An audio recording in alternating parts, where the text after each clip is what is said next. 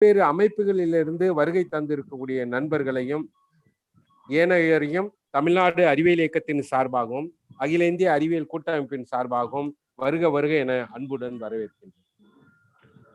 நன்றி மாநில செயலாளர் ஸ்டீஃபன் அவர்களுக்கு. மிக முக்கியமான நிகழ்வு.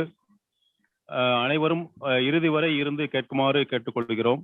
2 கருத்தாளர்கள் இங்கே பங்கேற்க இருக்கிறார்கள். மதிப்பிற்குரிய doctor K.V. Thomas chief scientist அவர்களும், அகில இந்திய அறிவியல் இயக்கத்தினுடைய பொதுச் செயலாளர் மதிப்பிற்குரிய பேராசிரியர் ராஜமாணிக்கம் அவர்களும் இப்பொழுது தலைமை தாங்கி தலைமையுரை ஆற்றுமாறு மதிப்பிற்குரிய டாக்டர் எஸ் தினகரன் அவர்களை அன்போடு கேட்டுக்கொள்கிறோம். அனைவருக்கும் அறிவியல் வணக்கம். இந்த பிரச்சனை ரொம்ப ஓடிட்டு இருக்கு. ஆயிஷா மேல அந்த இது பண்ணிருக்காங்க, தேச துரோக வழக்கு போட்டிருக்காங்க. பிரஃபுல் பட்டேல் வந்த பிறகு ரொம்ப நடந்துட்டு இருக்கு. Anti social activities regulation bill 2021 கொடுத்துருக்காங்க. இது வரைக்கும் இந்த ஒரே ஒரு இடத்துல மட்டும் ஆல்கஹால் வச்சுருக்காங்க. இப்போ 3 மாநிலத்துக்கு இது பண்ணிட்டாங்க. மாடை வெட்டக்கூடாது. ஆனா இது பொதுவாகவே இன்டர்நேஷனல் பாலிடிக்ஸ்ல ஒரு விஷயம் சொல்றாங்க, அதாவது ஒயிட் சுப்ரீமசி அப்படின்னு ஒரு வார்த்தை சொல்றாங்க. இந்த ஒயிட் சுப்ரீமசி கொண்ட நாடுகள் அல்லது அந்த மக்கள் என்ன பண்றாங்க, ஒருத்தர் வந்து ஒரு கம்யூனிஸ்ட்காரங்க, இன்னொருத்தர் வந்து சுப்ரீமசி கொண்ட நாடுகள். லட்சத்தீவுல 96.97% வந்து முஸ்லிம்ஸ் தான் இருக்காங்க. ரேடியோ கிடையாது, ஒன்னொருத்தவங்க வந்து கிட்டத்தட்ட லட்சத்தீவுல கப்பல் போக்குவரத்து கொச்சி இதுல போர்ட்ல இருந்தா போகும், இந்த மங்களூருக்கு ரீரூட் பண்றாங்க. நிறைய வந்து பட்டேல் வந்த பிறகுதான் இந்த பிரச்சனை எல்லாம் நடந்துட்டு இருக்கு அப்படின்னா சொல்றாங்க. நாடு தழுவிய அல்லது உலகம் தழுவிய எதிர்ப்பு இருந்துட்டு இந்த ஒரு சின்ன புரிதலோட கருத்தாளர்களுக்கு அறிவித்து வாய்ப்படுத்த நன்றி விடைபெறுகிறேன். நன்றி. நன்றி தலைவர் அவர்களுக்கு. தலைவர் அவர்கள் சுருக்கமாக மிக ஒரு வலுவான சில கருத்துக்களை நமக்கு முன்னால் வைத்திருக்கிறார். நன்றி மதிப்பிற்குரிய தலைவர் அவர்களுக்கு. துவக்க உரை ஆற்றுவதற்காக தமிழ்நாடு அறிவியல் இயக்கத்தினுடைய மாநில துணைத் தலைவர், வளர்ச்சி உபகுழுவுடைய மாநில ஒருங்கிணைப்பாளர் டாக்டர் சுகுமாரன் அவர்களை அன்போடு கேட்டுக்கொள்கிறேன். வணக்கம், அனைவருக்கும் வணக்கம். லட்சத்தீவை பாதுகாப்பதற்கான அகில இந்திய மக்கள் அறிவியல் கூட்டமைப்பு சார்பில் தமிழ்நாடு அறிவியல் இயக்கத்தின் வளர்ச்சி உபகுழுவின் ஒருங்கிணைப்பில் நடைபெறும் தேசிய முக்கியத்துவம் வாய்ந்த இந்த கருத்தரங்கின் இணைய வழி கருத்தரங்கின் தலைவர் பேராசிரியர் டாக்டர் தினகரன் அவர்களே, நல்லதொரு வரவேற்புரையை வழங்கி நம்மையெல்லாம் உபசரிக்கக்கூடிய வகையில தமிழ்நாடு அறிவியல் இயக்கத்தினுடைய மாநில செயலராக இருந்து இங்கே சிறப்பான முறையில் ஏற்பாடுகள் செய்திருக்கக்கூடிய மாநில செயலாளர் MS ஸ்ரீபநாதன் அவர்களே, இன்றைய கருத்தரங்கின் கருத்தாளர் தேசிய நில அறிவியல் கல்வி மையத்தினுடைய முதன்மை விஞ்ஞானியாக இருந்து மக்கள் அறிவியல் இயக்கங்களில் தன்னை இணைத்துக் கொண்டிருக்கக்கூடிய ஓய்வு பெற்ற ஐயா முனைவர் K.V. தாமஸ் அவர்களே, அதே போல அகில இந்திய மக்கள் அறிவியல் கூட்டமைப்பினுடைய பொதுச் செயலாளராகவும் தமிழ்நாடு அறிவியல் இயக்கத்தினுடைய மிகப்பெரிய ஒரு ஆகர்ஷ சக்தியாகவும் விளங்கக்கூடிய நம்முடைய தலைவர் பேராசிரியர் ராஜமாணிக்கம் அவர்களே, நிறைவுரை ஆற்ற இருக்கின்ற தமிழகம் அறிந்த பள்ளிக்கல்வியின் கருத்தாளரும் நிபுணருமான தமிழ்நாடு அறிவியல் இயக்கத்தினுடைய மாநில பொதுச் செயலாளராக இருக்கக்கூடிய திரு S. சுப்பிரமணியம் அவர்களே, நன்றியுரை நிகழ்த்த இருக்கின்ற இந்த perfect man in perfect job என்று அழைப்பதற்கு பொருத்தமான ஒரு நிலையில் இருக்கக்கூடிய எங்களது மாநில பொருளாளர் திரு ஜீவானந்தம் அவர்களே, இந்த நிகழ்வை மிகச்சிறப்பாக ஒருங்கிணைத்துக் கொண்டிருக்கிற துளிர் குழந்தைகளின் நாயகனாக தமிழ்நாடு அறிவியல் இயக்கத்தினுடைய மாநில செயலாளர்கள் ஒருவராக இருக்கக்கூடிய திரு S.T. பாலகிருஷ்ணன் அவர்களே, இயற்கை எழில்மிகு லட்சத்தீவை, அதன் வளத்தை, சுற்றுச்சூழலை, மக்களை, அவர்களின் வாழ்வாதாரங்களை, கலாச்சாரத்தை மற்றும் ஜனநாயக உரிமைகளை பறிப்பதற்கு எதிராக நடைபெறக்கூடிய இந்த கருத்தரங்கம் உண்மையிலேயே இதில் பங்கேற்றிருக்கக்கூடிய அத்துணை பெரியவர்கள், நான் பார்க்கின்றேன் பல விஞ்ஞானிகள், பேராசிரியர்கள் அனைவரும் பங்கேற்றிருக்கக்கூடிய இந்த கருத்தரங்கம் முக்கியத்துவம் வாய்ந்த ஒரு நாட்டுப்பற்று மிக்க மக்களுடைய ஒரு கருத்தரங்கமாக இதை பார்க்கின்றேன். உங்கள் அனைவருக்கும் தமிழ்நாடு அறிவியல் இயக்கத்தின் வளர்ச்சி உபகுழுவின் சார்பில் நெஞ்சார்ந்த வாழ்த்துக்களை உரித்தாக்குகின்றேன். நமது நாட்டிற்கு வளமும் அழகும் சேர்ப்பது இங்கே இருக்கக்கூடிய மலைகளும் வனங்களும் நமது அழகிய தீவுகளும் ஆகும். ஆனால் இந்தியாவின் மிகச்சிறிய ஒரு தீவாக, யூனியன் பிரதேசமாக, ஒரே ஒரு மாவட்டம் என்று 247 ஒரு 647 மாவட்டங்களிலே ஒரு 627வது இடத்துல இருக்கக்கூடிய ஒரு சிறு மாவட்டமாக 10 உள்ளாட்சி பிரிவுகளை கொண்டிருக்கக்கூடிய ஒரு கேரள கடற்கரைக்கு அருகில் அமைந்திருக்கக்கூடிய நீதி பரிபாலனத்திற்கெல்லாம், அது வர்த்தகத்திற்கெல்லாம் கேரள அந்த கடற்கரையோடு, கொச்சி போன்ற நகரங்களோடு தன்னுடைய நெருக்கமான உறவை வைத்திருக்கக்கூடிய பெரும்பாலான மக்கள், குறிப்பாக 95 விழுக்காடு என்று 93, 97 பல்வேறு புள்ளி விவரங்கள் இருக்கின்றன. அப்படி மலையாள மொழி பேசக்கூடிய, சொல்ல போனால் கொச்சியில் உள்ள மாப்பிளா என சொல்லிட்டு அழைக்கக்கூடிய அந்த சமூகத்தினரின் அந்த கலாச்சாரத்தோடு இயைந்த தீவுதான் இந்த லட்சத்தீவு. நமக்கு தெரியும், இந்த லட்சத்தீவை பொறுத்தவரை இந்தோனேசியா, இலங்கை, அதை போலவே வளைகுடா நாடுகள் போன்றவற்றோடு தெற்காசிய நாடுகள் மற்றும் வர்த்தக பாதையில் இருக்கக்கூடிய ஒரு முக்கியமான நகரம். இதுக்கு ஒரு கிமு 1வது நூற்றாண்டிலிருந்து இன்னும் சொல்லப்போனால் இந்த பயணிகள், இந்தியாவிற்கு வந்த பயணிகள் அல்லது வர்த்தக தலமாக எப்படி இருந்தது என்பதை பற்றியெல்லாம் வரலாறுகள் நிறைய கூறுகிறது. அப்படி ஒரு முக்கிய இடமாக இந்த தீவு அமைந்திருக்கிறது. இதன் அழகே அங்கே இருக்கக்கூடிய தென்னை மரங்கள் தான். நான் பல நாடுகளிலே, உலக நாடுகளில் இருக்கக்கூடிய பல்வேறு நம்முடைய தூதரகங்களுக்கு போகிற போது அங்கே இருக்கக்கூடிய போஸ்டர் எல்லாம் பார்த்தா, ஃபர்ஸ்ட் காமிக்கக்கூடிய போஸ்டரை பார்த்தா நம்முடைய பவளப்பாறைகள் நிறைந்திருக்கக்கூடிய, பவளத்திட்டுகள் நிறைந்த, கடல் குளங்கள் நிறைந்திருக்கக்கூடிய, தென்னை மரம் நிறைந்த இந்த லட்சத்தீவை தான் அங்கே வைத்திருப்பார்கள். அதிலும் குறிப்பாக சுற்றுலாவாசிகளை மிகவும் கவரக்கூடிய கங்கனா கடற்கரை என்ற பகுதி, அங்கே இருக்கக்கூடிய அந்த வெண்மணல் பரப்பு, குறிப்பாக நம்ம பார்த்துருக்கோம். அந்த வகையில நிறைய சுற்றுலா மக்கள் மட்டும் அங்க யாரும் குடியிருப்போருங்கிறது இல்லை.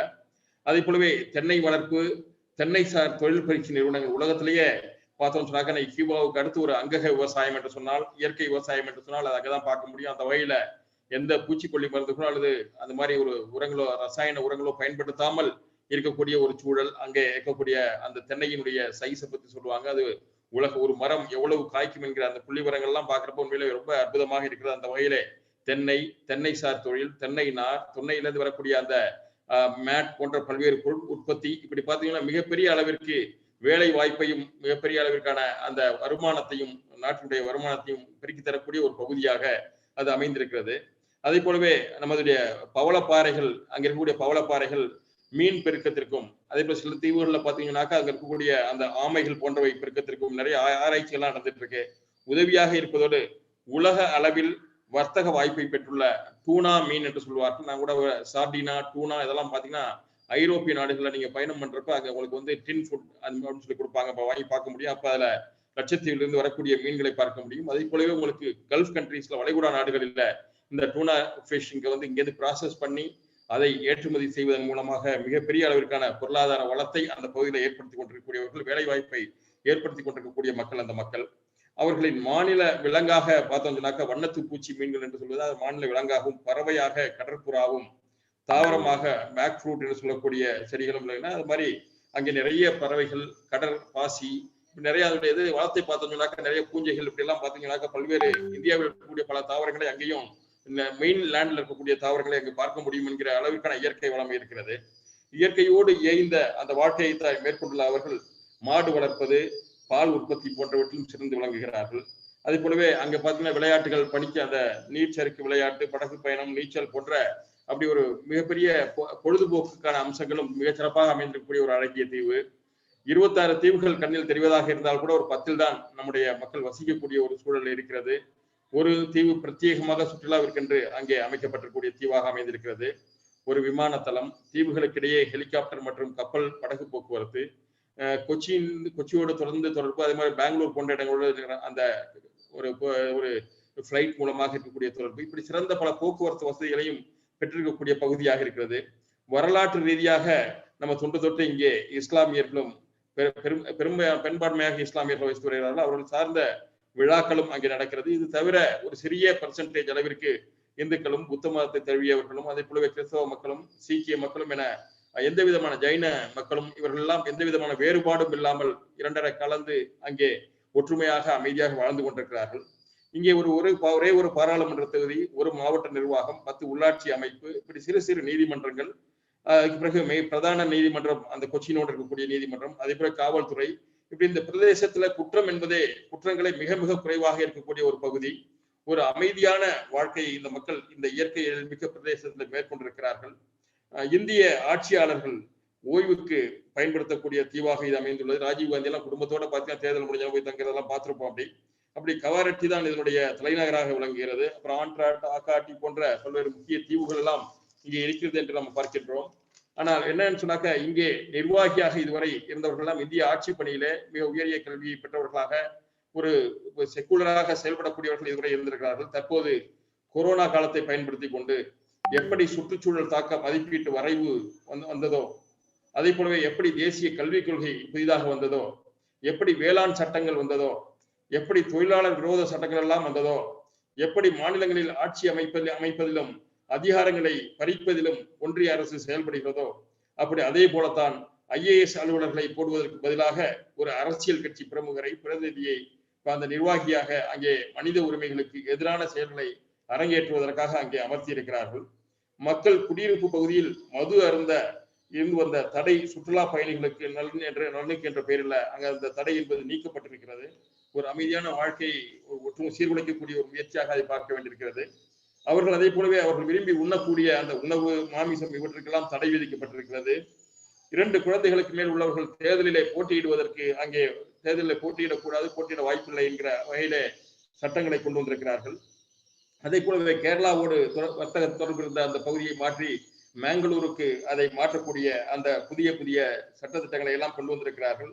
அது தென்னை மரங்களுக்கெல்லாம் காவி நிறங்கள் அடிக்கப்படுகிறது. அது போலவே மாற்று கருத்துடையவர்கள் எல்லாம் அங்கே நிச்சயமாக மாற்று கருத்து இருந்தால் உடனடியாக அவர்களுக்கு தண்டனை வழங்கக்கூடிய ஓராண்டு அல்லது 2 ஆண்டு அவர்களை சிறையில் அடைக்கக்கூடிய வகையிலான சட்டங்கள்லாம் வந்திருக்கிறது. உள்ளூர் மக்கள் புதிய அரசியல் நிர்வாகியாக இருக்கக்கூடிய அந்த பிரபுல் பட்டேலை திரும்ப பெற வேண்டும் என்று அங்கே கடலுக்கு அடியில் இருந்து கூட போராடியதை பார்த்தோம். ஒட்டுமொத்தமா இதுவரை அந்த தீவிலே அப்படிப்பட்ட போராட்டங்களே நடந்ததில்லை. அப்படி அந்த மக்களையும் போராட்ட களத்தில் இன்னைக்கு இந்த கோவிட் காலத்தில் இருக்கிறார்கள். அது மட்டுமல்ல, 2020 டிசம்பர் வரை ஓராண்டு காலத்திற்கு மேல் அங்கே கோவிட் நோயாளிகள் என்று யாருமே இல்லை. அங்கே கோவிட் நோயே அங்க பரவலங்கிற சூழல் இருந்துச்சு. இந்த சூழல் தான் இந்தியா முழுவதும் இருந்து ஓய்வு பெற்ற அதிகாரிகள் ஒரு 73 பேர் IAS அலுவலர்கள் அங்கே பிரபுல் பட்டேலை திரும்ப பெற வேண்டும் என்கிற வகையிலே அந்த தீவை பற்றி அறிந்தவர்கள் அங்கு பணியாற்றியவர்கள் அவர்களெல்லாம் கோரிக்கை வைத்திருக்கிறார்கள். நம்முடைய மக்கள் அறிவியல் கூட்டமைப்பு போன்ற 50க்கு மேற்பட்ட தன்னார்வ அமைப்புகள் தங்கள் எதிர்ப்பை பதிவு செய்திருக்கிறார்கள். அகில இந்திய மக்கள் அறிவியல் கூட்டமைப்பு நம்முடைய இயக்கம் இங்கே போஸ்டர் ரேலி என்கிற வகையிலே அது கருத்தரங்கம் எல்லாம் சிறப்பான முறையில் நடத்தியிருக்கிறார்கள். இப்ப சமீபத்திலே நம்மளுடைய தலைவர் அவர்கள் குறிப்பிட்டதை போல அந்த மண்ணின் பிரபல நடிகையாக இருக்கக்கூடிய ஆயிஷா சுல்தானா ஓராண்டு காலமாக கோவிட் இல்லாது இருந்த பிரதேசத்தில் பிரபுல் பட்டேல் வந்ததிலிருந்து கோவிட் நோயாளிகளை அதிகரித்திருப்பதற்கு அந்த தன்னுடைய கருத்தாக அவர் சொல்லும் போது உயிரி ஆயுதம் உள்ளே வந்ததை போன்ற ஒரு சூழல் உருவாகி இருக்கிறது என்று சொன்னார். அதற்காக அவர் மீது தேச துரோக வழக்கு என்பது புனையப்பட்டிருக்கிறது. அவர் ஜாமீன் கேட்டுக்கொண்டிருக்கிறார். அதெல்லாம் இப்போது நடந்து கொண்டிருக்கக்கூடிய நிகழ்வுகள். அப்படி மாற்று கருத்து சொல்பவர்கள் கைது செய்யப்படுவது, சிறையில் அடைக்கப்படுவது, அவர்கள் தண்டனை அளிக்கப்படுவது என்கிற வகையில கருத்து சுதந்திரம் என்பது பெரிய அளவிலே பறிக்கப்பட்டிருக்கக்கூடிய சூழல். இந்த சூழலிலே லட்சத்தீவை காப்பது புவி வெப்பமயமாதல் காலத்தில் சுற்றுச்சூழலை காப்பதற்கு ஒப்பான செயலாக இருக்கும். நம்மை போன்ற அறிவியல் இயக்கங்கள், நம்மை போன்ற கல்வியாளர்கள், கருத்தாளர்கள், இன்னும் சொல்லப்போனால் மக்கள் மத்தியிலே மக்களுடைய நலனுக்காக பணியாற்றக்கூடியவர்கள், சுற்றுச்சூழலை பாதுகாப்பதற்காக பணியாற்றக்கூடியவர்கள், வளர்ச்சிக்காக தொடர்ந்து பாடுபட்டுக் கொண்டிருக்கக்கூடிய நம்மெல்லாம் இந்த முயற்சியில அந்த லட்சத்தீவை காக்கக்கூடிய முயற்சியில முன்னணி வரிசையில் நாம் இருக்க வேண்டும். அம்மக்களின் மனித உரிமையை காப்பது மிக மிக முக்கியமான ஒன்று. இங்கே பேச உள்ள நமது கருத்தாளர்கள் இருவருமே எண்ணற்ற பல விவரங்களை நமக்கு இங்கே வழங்க இருக்கிறார்கள். லட்சத்தீவை பற்றி நாம் தெரிந்தவை சிறிது, இன்னும் அவர்கள் நமக்கு சொல்ல போற விவரங்கள் மிக அதிகமாக இருக்கின்றது. அந்த வகையிலே அவர்களுக்கு அவர்களுடைய அந்த பேச்சை, கருத்துரையை கேட்பதற்கான அந்த ஆர்வத்தோடு இதுல பங்கேற்கக்கூடிய எல்லோருக்கும் தமிழ்நாடு அறிவியல் இயக்கத்தினுடைய வளர்ச்சி உபக்குழுவின் சார்பில் நெஞ்சார்ந்த வாழ்த்துக்களை உரித்தாக்கி நிறைவு செய்கின்றேன். நன்றி, வணக்கம். நன்றி மாநில ஒருங்கிணைப்பாளர் மதிப்புக்குரிய டாக்டர் சுகுமாரன் அவர்களுக்கு துவக்கோரையாற்றியதற்கு மீண்டும் ஒரு முறை நன்றியை தெரிவித்துக் கொள்கிறோம். நண்பர்களே, அமைதியான தீவை காவு வாங்குகிறதா மத்திய அரசாங்கத்தினுடைய சட்டங்கள்? அமைதியாக உறங்கிக் கொண்டிருக்கும் தீவில் இன்றைக்கு மத்திய அரசினுடைய சட்டங்களால் தேசமெங்கும் கொதிநிலையில் இருக்கிறது. தேசத்தை பாதுகாக்க வேண்டிய கடமை நமக்கு இருக்கிறது. அந்த அடிப்படையில் இந்த லட்சத்தீவை காப்பாற்றுவோம் என்ற கருத்தரங்கத்திற்கு இங்கே கருத்துரையாற்ற வந்திருக்கக்கூடிய மதிப்பிற்கும் மரியாதைக்குரிய டாக்டர் K.V. தாமஸ் அவர்களை நம்முடைய அன்போடு அழைக்கிறோம். அதற்கு முன்னதாக அவரை அறிமுகம் செய்து அகில இந்திய அறிவியல் இயக்கத்தினுடைய பொதுச் செயலாளர் மதிப்பிற்குரிய பேராசிரியர் ராஜமாணிக்கம் அவர்கள் அறிமுகம் செய்து அறிமுகம் செய்து வைக்குமாறு அன்போடு கேட்டுக்கொள்கிறோம். அனைவருக்கும் வணக்கம். Welcome to Dr. K.V. Thomas. He is going to give a detailed report about Lakshadweep. இவர் நம்முடைய KSSP-ல பரிந்துரைக்கப்பட்ட தலைசிறந்த நிபுணர். திருவனந்தபுரத்தில் இருக்கக்கூடிய national centre for earth science studies என்ற ஆராய்ச்சி நிறுவனத்தில் தலைமை விஞ்ஞானியாகவும் கோஸ்டல் ப்ராசஸஸ் குரூப் என்ற குழுவிற்கு தலைவராகவும் செயல்பட்டிருக்கிறார். அதே போன்று Kerala university of fisheries and ocean studies என்ற நிறுவனத்தில் டீனாக பணியாற்றியிருக்கிறார். Faculty of climate variability and aquatic ecosystem என்ற துறையினுடைய டீனாக டாக்டர் K.V. தாமஸ் அவர்கள் பணியாற்றியிருக்கிறார்கள். இவர் ஒரு QCET-லிருந்து PhD வாங்கியிருக்கிறார். பல சர்வதேச தேசிய கோஸ்டல் மேனேஜ்மெண்ட் கடற்கரை மேலாண்மை பயிற்சிகளில் பங்கேற்றிருக்கிறார். நம்முடைய லட்சத்தீவு தீவுகளின் கோஸ்டல் ஜோன் மேனேஜ்மெண்ட் இதற்கு முக்கியமான தலைவராக பணியாற்றியிருக்கிறார். அவர் லட்சத்தீவுக்கான ஒரு மேனேஜ்மெண்ட் பிளான் இவருடைய முயற்சியில் உருவாக்கப்பட்டிருக்கிறது. அதோடு மட்டுமல்லாமல் coastal zone management and coastal and near shore processes என்ற அடிப்படையில்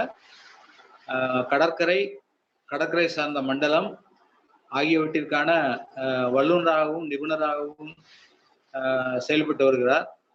ஓய்வுக்கு பின்னரும் நம்மை போன்ற மக்கள் அறிவியல் இயக்கங்களில் தொடர்ந்து தன்னுடைய துறையில் இருக்கக்கூடிய அனுபவங்களை பகிர்ந்து வருகிறார்.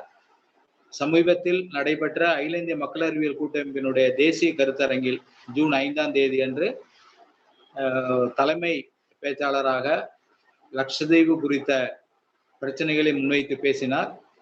அவர் இன்று நம்மிடையே உரையாற்ற வருவது நமக்கு கிடைத்த பெரிய வாய்ப்பாகும். It's a great opportunity for Tamil Nadu Science Forum to hear his presentation on Lakshadweep, what is happening in Lakshadweep, and also he was invited for our southern regional coastal management convention conducted by Tamil Nadu Science Forum for All India People Science Network during February 2020, but he could not participate. Now he is in the resource group, environment desk member in the All India People Science Network. Such a quality resource person is going to give you a lecture. He may be speaking in English. அவர் ஆங்கிலத்தில் பேசுவார். 30 to 40 நிமிடம் அவர் பேசுவதாக நேரம் ஒதுக்கப்பட்டிருக்கிறது. அதனுடைய சுருக்கத்தையும் அடுத்து அதன் பின்னர் என்னுடைய கருத்தையும் இணைத்து இந்த லட்சத்தீவில் என்ன நடைபெற்று கொண்டிருக்கிறது, லட்சத்தீவை எப்படி காப்பாற்றுவது போன்ற கருத்துக்களை நாம் தொடர்ந்து பேசுவோம் என்று கூறிக்கொண்டு, on behalf of Tamil Nadu Science Forum, we welcome Dr. K.V. Thomas to give a presentation on the situation of Lakshadweep and how to counter the developments proposed by the central government, etc. We welcome you, sir. Please join us. Thank you, Mr. Rajamanikam. With due apologies that I'm not able to speak to you in Tamil, one of the most beautiful languages, but I can understand it. So with a lot of apologies. In fact, a lot of things have been already told about the situation in Lakshadweep by Sri Venkatachalam Sukumaran, and now I will be continuing with that. Dear friends and respected members of Tamil Nadu Science Forum and All India People's Science Network, when we talk about the Lakshadweep, normally we were not, as people from mainland, they were never bothered about what is happening in Lakshadweep.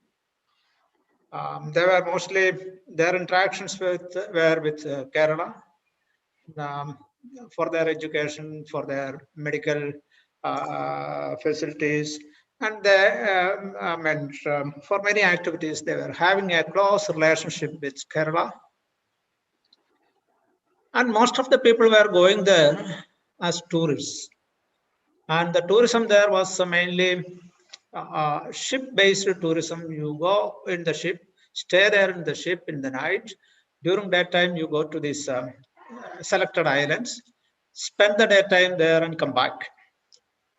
This, and mind you, for 1 hour journey, the air travel, it was plus 5,000 rupees. So these were some certain restrictions, so that more people are not coming there as tourists because of its limitations and the limitations of the carrying capacity of Lakshadweep to accommodate such a large group of tourists or other activities. We have to take a permit to go there. That is also because of that, its uniqueness and the ecosystem and the people. That is how Lakshadweep is there. And as told here, that community is also of a, I won't say it is a different community, but a community having its own traditional rights and traditional customary rights and unique type of life. But why? At present, this issue or the Lakshadweep and its people have become a major point of discussion. That is mainly because of certain policy decisions of the government, certain changes they have brought in the rules in that system, and intended propagation that some unwanted activities or a type of terrorist-like activities are going on around and in Lakshadweep. So when such things came, it became the Lakshadweep people themselves, normally they are very peace-loving and they never go for agitations or other things. But they were cornered and they revolted. They have a lot of limitations. Within that limitations, they revolted and they spread this message to the world around, the India around. Then people started looking at what is happening there. And as far as I know, and the people are so peace-loving. That is why they don't have, only in Kavaratti, in the capital island, they have a jail. And this jail, they never have any inmates. No criminal cases are registered there. But suddenly, the central government beefed up the intelligence and security system there, as if suddenly the entire population of Lakshadweep has become suspects. That was something which they never thought of. I mean, they never had such an experience. Their activities were curtailed. Their freedom of expression, those who protested peacefully, they were detained. All these things happened. And in fact, one of the orders was that for along with every fishing boat, an officer of the government has to accompany, as if they are doing something which is not acceptable to the society. This is from time immemorial, when the people started living there, they started fishing, and they were using boats of different nature. I mean, earlier it was of a different nature. Now it is as technology advanced, it has become a different one.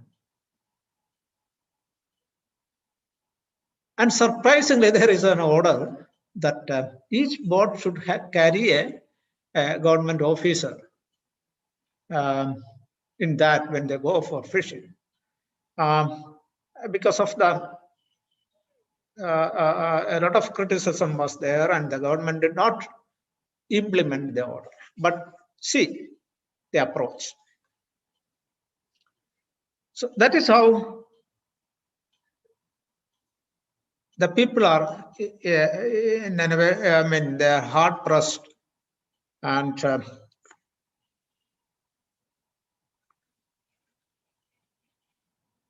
they are trying to revolt. They are trying their level best to revolt. That all in peaceful manners. And the government, the administration, suddenly wants to make the Lakshadweep Islands like Maldives. They wanted to make it an international tourism hub, a tourism destination for it.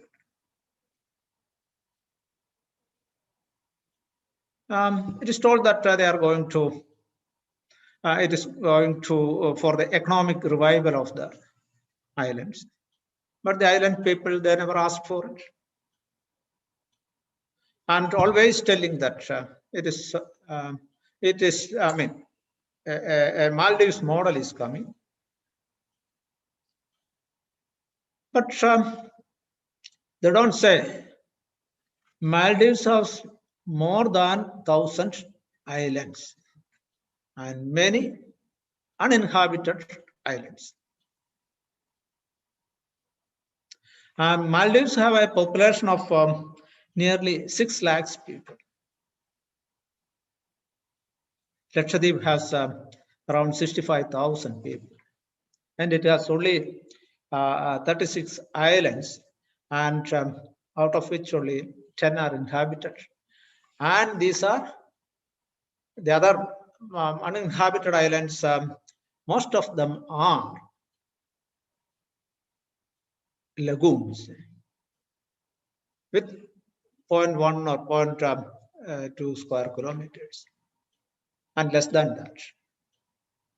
So you can never compare this Maldives system, ecosystem wise or social wise or physiography wise. You can never compare it with the Lakshadweep. That's incomparable. Still, we are saying that we are going to have a Maldives model there. And they have brought a new order constituting a Lakshadweep Development Authority regulation. You know that these are micro islands, very small islands. For that you need a development authority. There is no problem there. Let the development authority come. That is, but this development authority is they are saying that I mean that regulations say that it is for zonation of land use, and they can plan development, but how they are going to zonate and other things are not clear, because there are, I mean, these micro islands. The largest one is around 4.9 Androth Island, 4.9 square kilometers, and the smallest inhabited island is Bitra, just 0.01 square kilometers. What do you want to zonate it there for the development? Now, these regulations authorize the government to, at any time, they can attach the lands.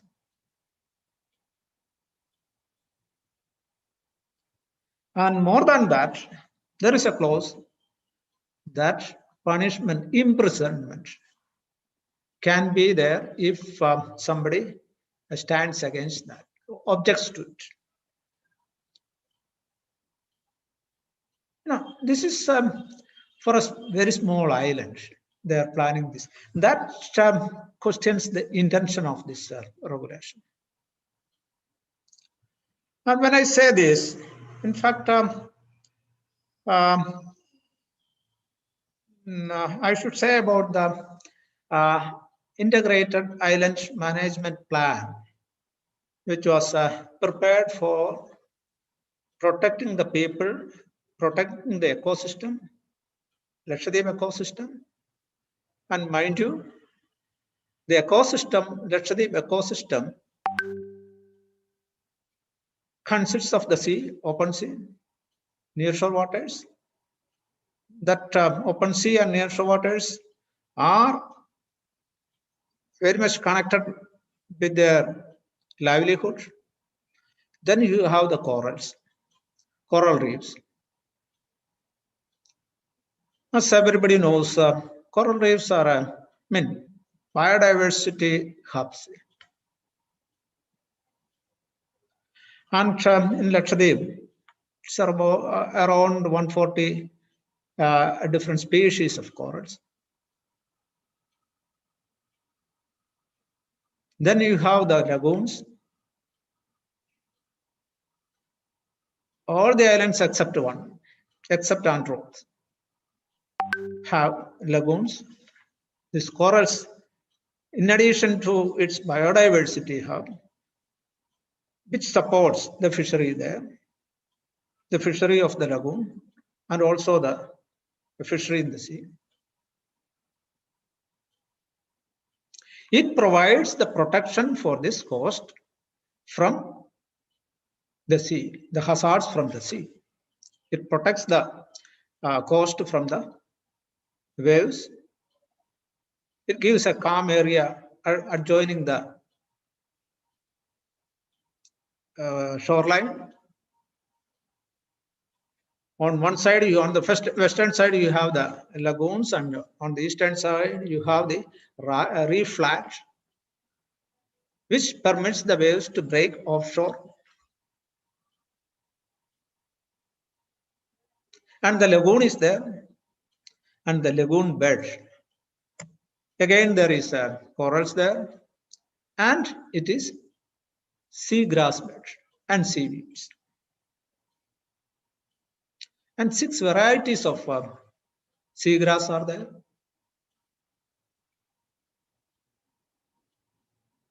Then different types of ornamental fish are there along with the coral and the lagoon. The turtles, around 4 different species of turtles, they feed on this seagrass.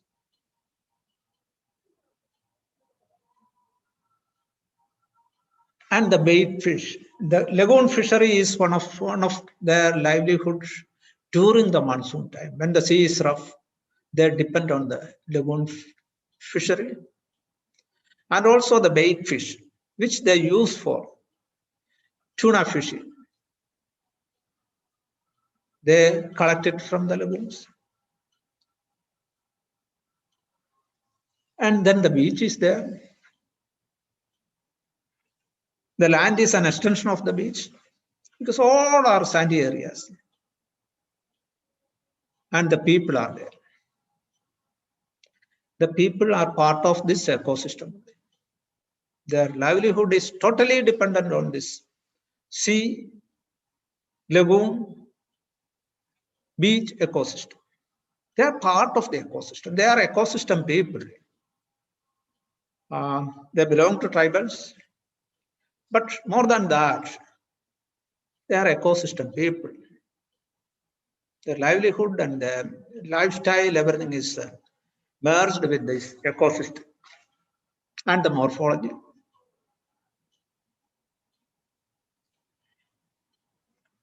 And when I talk about this Lakshadweep Development Authority regulations, in fact, to protect this Lakshadweep ecosystem and the people there, including the traditional rights and customary rights, the Supreme Court has constituted a committee with Justice Ravindran as the chairman and experts in different fields. Biological activities, marine biology, or then physical processes, then a coastal engineer, a town planner. A committee of with such experts. And they were asked to go through the IAMB Integrated Island Management Plan being prepared and propose recommendations based on the IAMB and their interaction with the people, recommendations for the activities for the development activities or conservation and preservation of the ecosystems, conservation and preservation of the morphology. The committee approved the Integrated Island Management Plan and they made recommendations. One of the recommendations was, as part of the IAMB, they have attached a development control regulations where the island system, including its morphology, ecosystems, and the people, they have categorized it into conservation zones, preservation zones, development zone 1 and development zone 2, regulatory development zone. And they have given a list of something like the rules for the development. That is part of the IAMB. That has been accepted by the ministry, along with the integrated island protection zone, IP search, which is similar to CR search for the mainland, for the Lakshadweep Island IP search. And one of the part of this IP search is the Integrated Island Management Plan. And the ministry has approved and made it part of this IP search. And it is the Supreme Court has approved it. And this development control regulations are part of this IAMB and approved,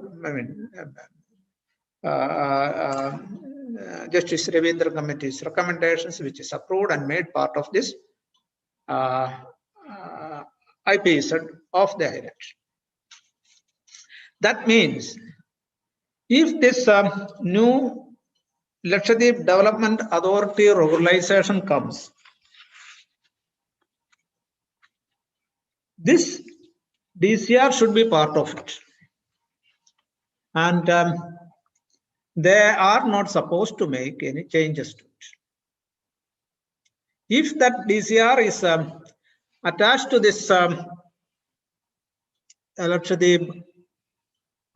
this new development authority, then there would not have been any problem, because already that is there, that they have visited each island. The committee has visited each island, spent one day with the people, interacted with the people, and taking their response and considering their response, only they have made these recommendations. So that has to be part of this new island development authority regulations. If that is the case, okay. But this new one, without that, saying that, I mean, they have, normally they have, I mean, in that document, they have told that roads, rails, and many birds are there. I don't think that, those things are practicable there in Lakshadweep. But if this DCR in the IAMB, approved IAMB, was there, then there would not have been any problem, which was, I mean, people's participation, it was done. So,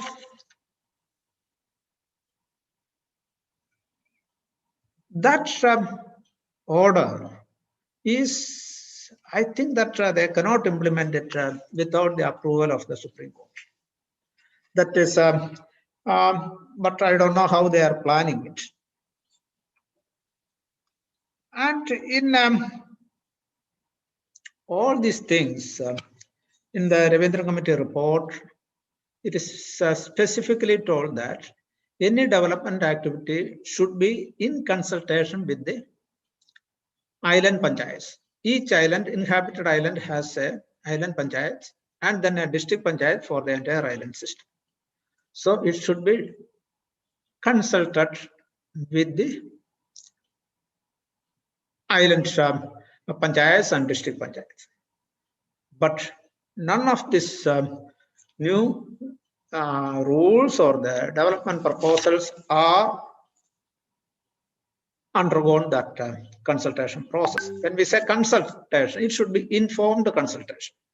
The people should be made, should be equipped to understand what is that proposal or what is the document, and then only the consultation process should happen. That unfortunately in India, when we say that, when we say about EIA, we have seen that they say public consultation, but we know that it is not an informed publication, because the community, normally this rural community or many of the projects are in high ranges, those people, they may not be able to understand the EIA which they have prepared, they are given.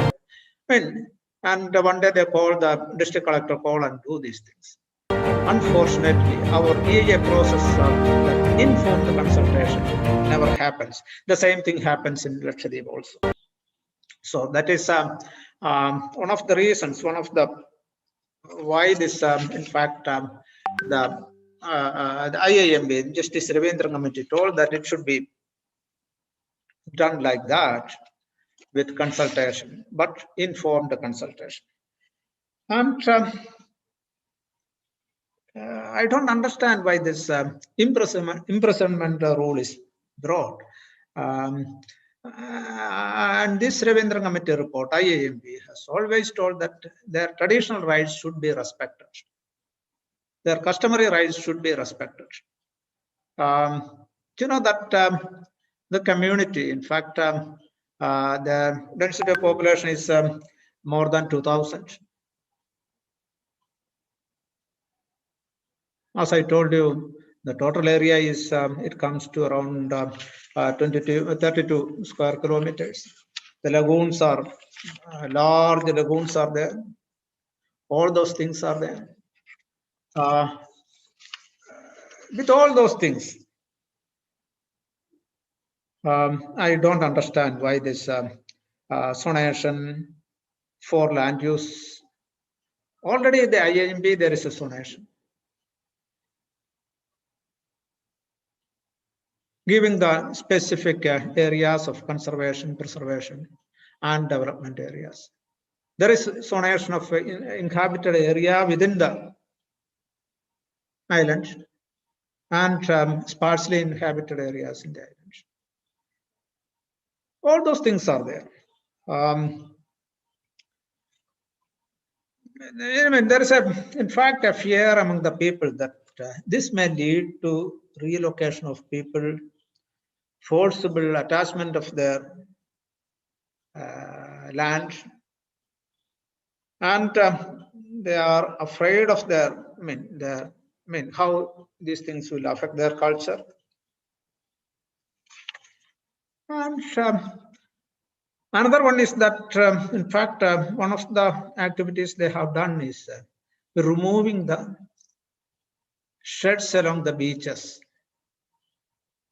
which they have been traditionally for the last many years, they have been using the beaches to keep their boats and their fishing gear.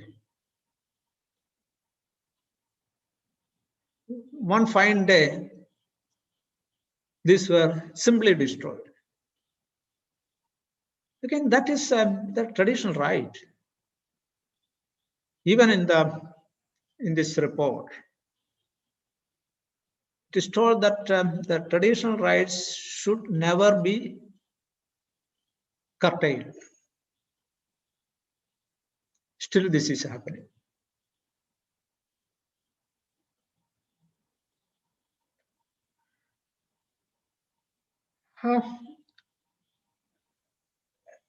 Then one of the major things, as I told you, is that major tourism projects for 3 islands initially, that may further extend to many other areas, many other islands. Now it is for 2 islands, inhabited islands. And it is told that in the IAMB also it is told that it can be permitted. You know that there was a big suggestion from the administration and other people. Homestay should be allowed in the islands. When the committee visited each of the islands, they discussed this matter with the people there. Then the people were totally against homestay. They told that that will curtail, dilute their culture. So that was not included there. And the tourism in inhabited islands, it was suggested that it should be in sparsely populated areas, and it should be in tune with the culture of the area, culture of the islands. And one of the issues raised during the meetings with the people, they were told that if homestay is allowed, tourists are allowed, there is every possibility of using liquor, which is, traditionally and religiously it is banned. In this video, I'm going to show you how even the juice from the coconut, they're never allowed to ferment it. So in that situation, in the inhabited islands, resorts of, of 5-star resorts with the bar, that is in no way they can accept it.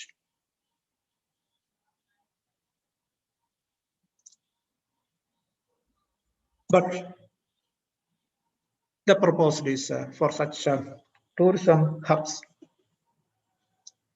And they're going for flotels in the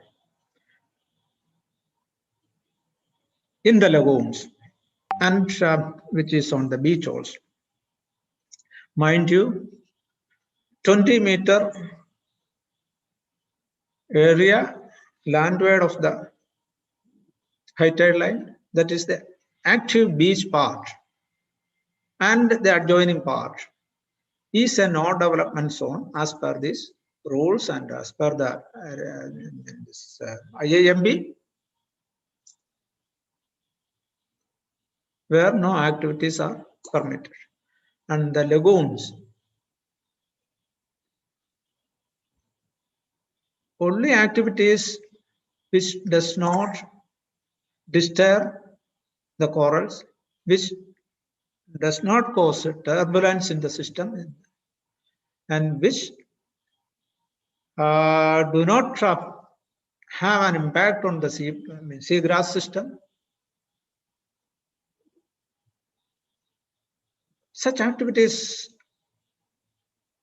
are allowed, and the spirit of the IAMB says that that should be limited, and it should be for creating jobs for the community. Maybe the government is saying that this resort gives a lot of employment opportunities for the island people. Then should be the details should be given. What are the opportunities and how many? Which all things are there? It is never done. Go through the timeline there. Now, and the damages that can happen in the lagoon and the lagoon system, including corals and the seagrass.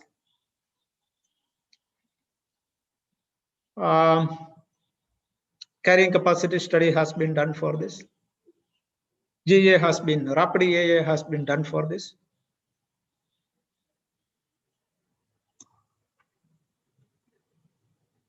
Unfortunately, I mean, many times that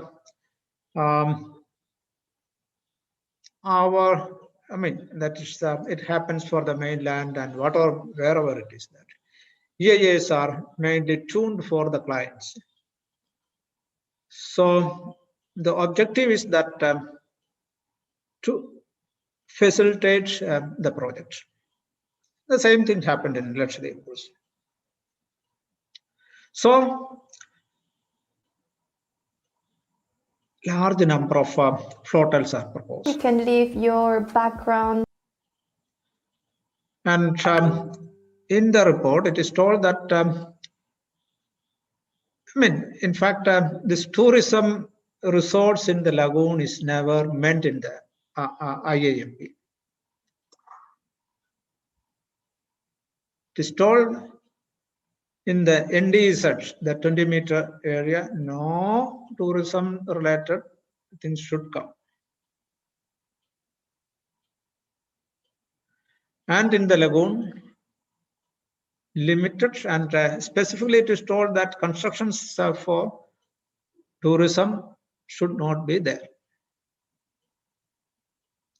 Still it is going on.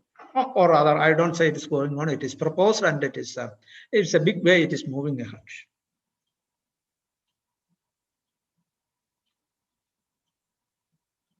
And another thing is that one of the tourism resorts is proposed in Suheli Islands.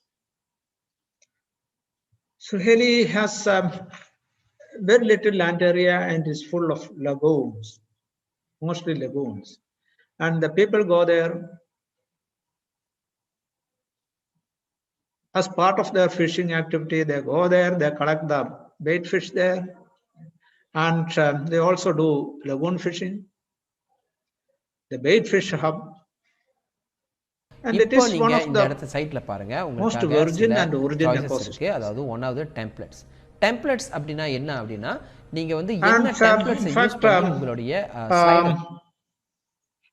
in one of the reports by a committee அதெல்லாம் எப்படி செய்யறது நான் கடைசியா which was அடுத்து இங்க done by the planning commission நீங்க உங்களுடைய படங்களை இங்க upload through the Ministry of Environment and Forest. உங்களுடைய வீடியோஸ் 2000 so அதுக்கப்புறம் நீங்க உங்களுடைய they have given a report. In that report they have told that அடுத்த எலிமெண்ட்ஸ் பார்த்தீங்கன்னா இங்கே நிறைய எலிமெண்ட்ஸ் உங்களுக்காக இருக்குது. அதாவது ecosystem for அடுத்து டெக்ஸ்ட். ஓகே, டெக்ஸ்ட்ல வந்து பார்த்தீங்கன்னா ஹெட்டிங் இருக்கும். ஸோ நீங்கள் ஹெட்டிங் போடணும் சுஹேதி போட்டுக்கலாம். இப்போ உதாரணத்துக்கு இங்கே நான் இந்த மாதிரி ஓகே நான் that should be it says that at least 2 of these அப்படின்னு சொல்லி நீங்க எடுத்துக்கலாம். அடுத்த வீடியோஸ் நீங்க வந்து உங்களோட பிரசன்டேஷன்ல ஒரு வீடியோ போட போறீங்களா இல்ல ஒரு வீடியோவை பேக்ரவுண்டா வைக்க போறீங்களா அப்படின்னு நீங்க சொல்லலாம். உதாரணத்துக்கு நான் இந்த வீடியோவை நான் இதை கிளிக் பண்றேன். பாத்தீங்கன்னா பின்னாடி பேக்ரவுண்டா ஆயிடுச்சு. சோ நான் ஃபுல் ஸ்கிரீன்ல நம்ம அட்ஜஸ்ட் பண்ணிக்கலாம். நம்ம சைஸ் வந்து ஃபுல் ஸ்கிரீன்ல அட்ஜஸ்ட் பண்ணிக்கலாம். this unique and virgin பேக்ரவுண்ட்ல இந்த இந்த வீடியோ ஓடிக்கிட்டே இருக்குது. பிளஸ் நம்மளோட ecosystem for the future பார்ப்பதற்கு உங்களுக்கு for the future இருக்கிற மாதிரி இருக்கும். சரிங்களா? ஸோ இந்த விஷயம் உங்களுக்கு ஹெல்ப்ஃபுல்லாக இருக்கும். This was never done. Okay, ஒருவேளை உங்களுக்கு இது வேண்டாம் அப்படின்னு நினைச்சீங்கன்னா ஜஸ்ட் கிளிக் அண்ட் delete அவ்வளவுதான். But they are going for this. இந்த படம் இந்த வீடியோ வைக்கணும் அப்படின்னு சொன்னீங்கன்னா development if it is after அந்த வீடியோட டைம் லெந்த் பாத்தீங்கன்னா 2008 report கொடுத்திருக்கோம். after declaring இந்த மேல உள்ள வேர்ட்ஸ் போடும்போது அதாவது டெக்ஸ்ட் சொல்லி கொடுத்தாங்க. அப்ப நம்ம போடும்போது இந்த எழுத்து வந்து ரொம்ப கருப்பா இருக்கிறதுனால இந்த பேக்ரவுண்ட்ல எனக்கு சரியா தெரியல நீங்க நினைச்சீங்க. ஜஸ்ட் அந்த வேர்டை வந்து கிளிக் பண்ணுங்க. உங்களுக்கு மேல பாருங்க அதோட என்ன ஃபாண்ட்ஸ்ல நீங்க வைக்க போறீங்கன்றது உங்களுக்கு சாய்ஸ் இருக்கு. அடுத்து அதோட சைஸோட இதுக்கு அது என்ன கலர்ல நீங்க வைக்க போறீங்க. and there in that planning commission report also அப்புறம் அது வந்து போல்ட் பண்ண போறீங்களா, இட்டாலிக் பண்ண போறீங்களா, அண்டர்லைன் பண்ண போறீங்களா, கேப்ஸ் லாக்ல வைக்க போறீங்களா, இல்ல அப்பர் கேஸ்ல வைக்க போறீங்களா, இந்த மாதிரி எல்லா விஷயங்களும் இருக்கு. அதுக்கு எஃபெக்ட்ஸ் கூட இருக்கு. உங்களுக்கு நீங்க இந்த மாதிரி எஃபெக்ட்ஸ் கூட கொடுத்துக்கலாம். they have told that tourism should be restricted. ஒரு தடவை ட்ரை பண்ணி பாருங்க உங்களுடைய வீடியோவை. அப்போ அது பார்ப்பதற்கு கொஞ்சம் தெளிவாகவும் இருக்கும். உங்களுக்கு மாணவர்கள் அதை பார்ப்பதற்கு கொஞ்சம் ஈஸியாக தெரியும். ஸோ நீங்கள் எனி டைம் எப்போ வேணாலும் எதை வேணாலும் நீங்கள் எடிட் பண்ணிக்கலாம். ஸோ அப்போ நான் இதோட கலரையும் மாற்றுறேன். ஏன்னா கலர் வந்து சரியாக தெரியல. ஸோ நான் ஒயிட் கலர் வச்சு எல்லாத்தையும் that is the situation. அந்த பிரசன்டேஷன்ல இந்த video going against the recommendations of different committees authorized by the government. அடுத்து பாத்தீங்கன்னா பேக்ரவுண்ட் என்ன அப்படினா இப்போ நீங்க வீடியோ பேக்ரவுண்ட் வச்சிருக்கீங்க சொன்னாத கிளிக் பண்ணிட்டு delete பண்ணிறேன். உங்களுடைய கீபோர்ட்ல delete traditional delete ஆயிடும். rights and customary rights background நிறைய பேக்ரவுண்ட் இருக்கும் உங்களுக்கு. இந்த பேக்ரவுண்ட்ஸ் நீங்க சூஸ் பண்ணிக்கலாம். உதாரணத்துக்கு நான் so going against that இந்த பேக்ரவுண்ட் எனக்கு there are many things just click அந்த பேக்ரவுண்ட் ஓகே இந்த background due to lack of time I am not going through everything பண்ணி உங்களுடைய fonts color மாத்தலாம். இல்லனா நீங்க வேற கொஞ்சம் டார்க்கான கலர்ல you should understand that it is not Maldives. Actually it is not Maldives. It is at all islands. இது உங்களுடைய சொந்த unique pages அதாவது நீங்க சொந்தமாவே கிரியேட் பண்ற ஒரு விஷயம். you don't have any கஸ்டமா இருக்கும் அப்படின்றதுனால நீங்க என்ன பண்ணலாம், ரொம்ப ஃபாஸ்டா உங்களுடைய பிரசன்டேஷனை ரெடி பண்றதுக்கு நீங்க டெம்ப்ளேட்ஸ் நம்ம சொன்னோம் இல்லையா, அந்த டெம்ப்ளேட்ஸை யூஸ் பண்ணிக்கலாம். சரிங்களா? அப்ப நான் இந்த templates this Gunda I mean that act is not Gunda act but it has got an anti-social I mean prevention of anti-social activities. In fact considering the people anti-social Lakshadweep people it's funny.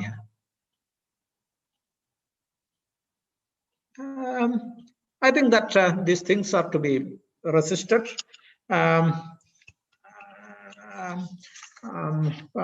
There are many of these recommendations in both this planning commission report and in this IIMB, which says that the ecosystem, that unique island system should be protected.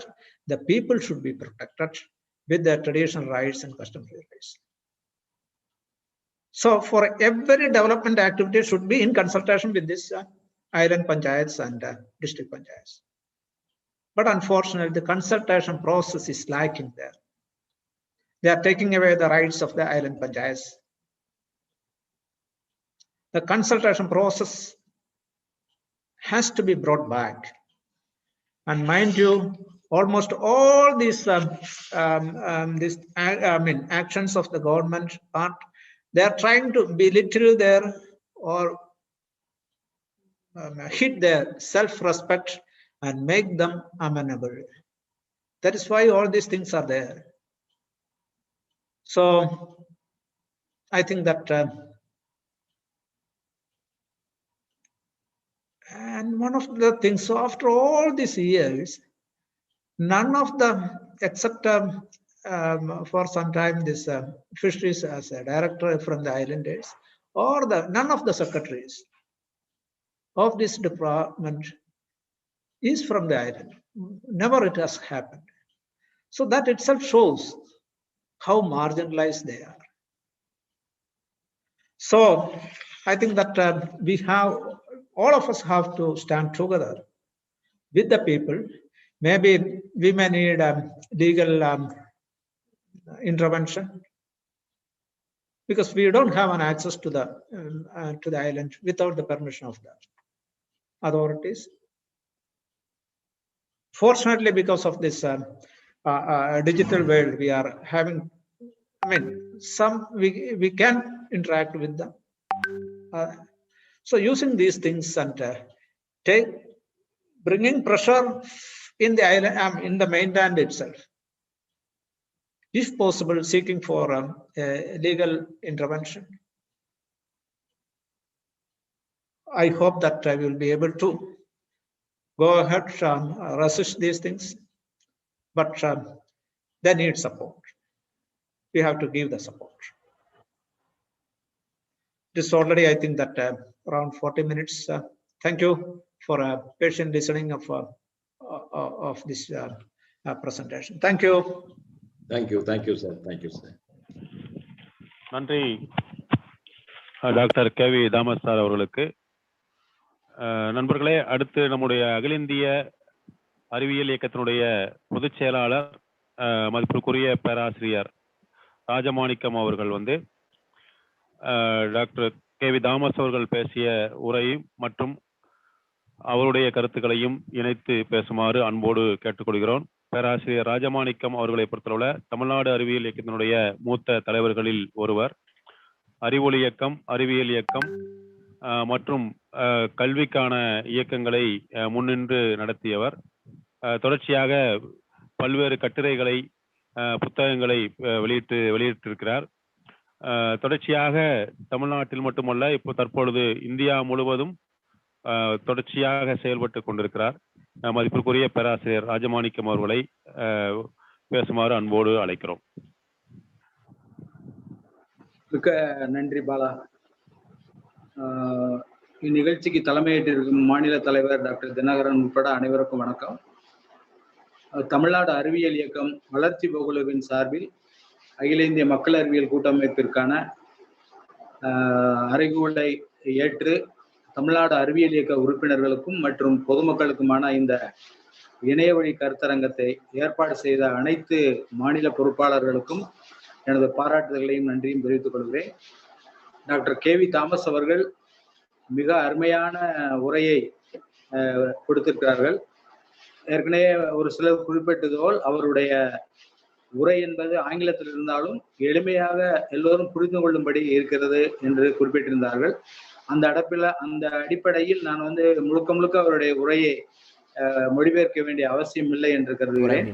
சில முக்கியமான விஷயங்களை மட்டும் அவர் குறிப்பிட்டதை உங்கள் முன்வைத்து பாலா குறிப்பிட்டது போல் என்னுடைய கருத்தை மக்கள்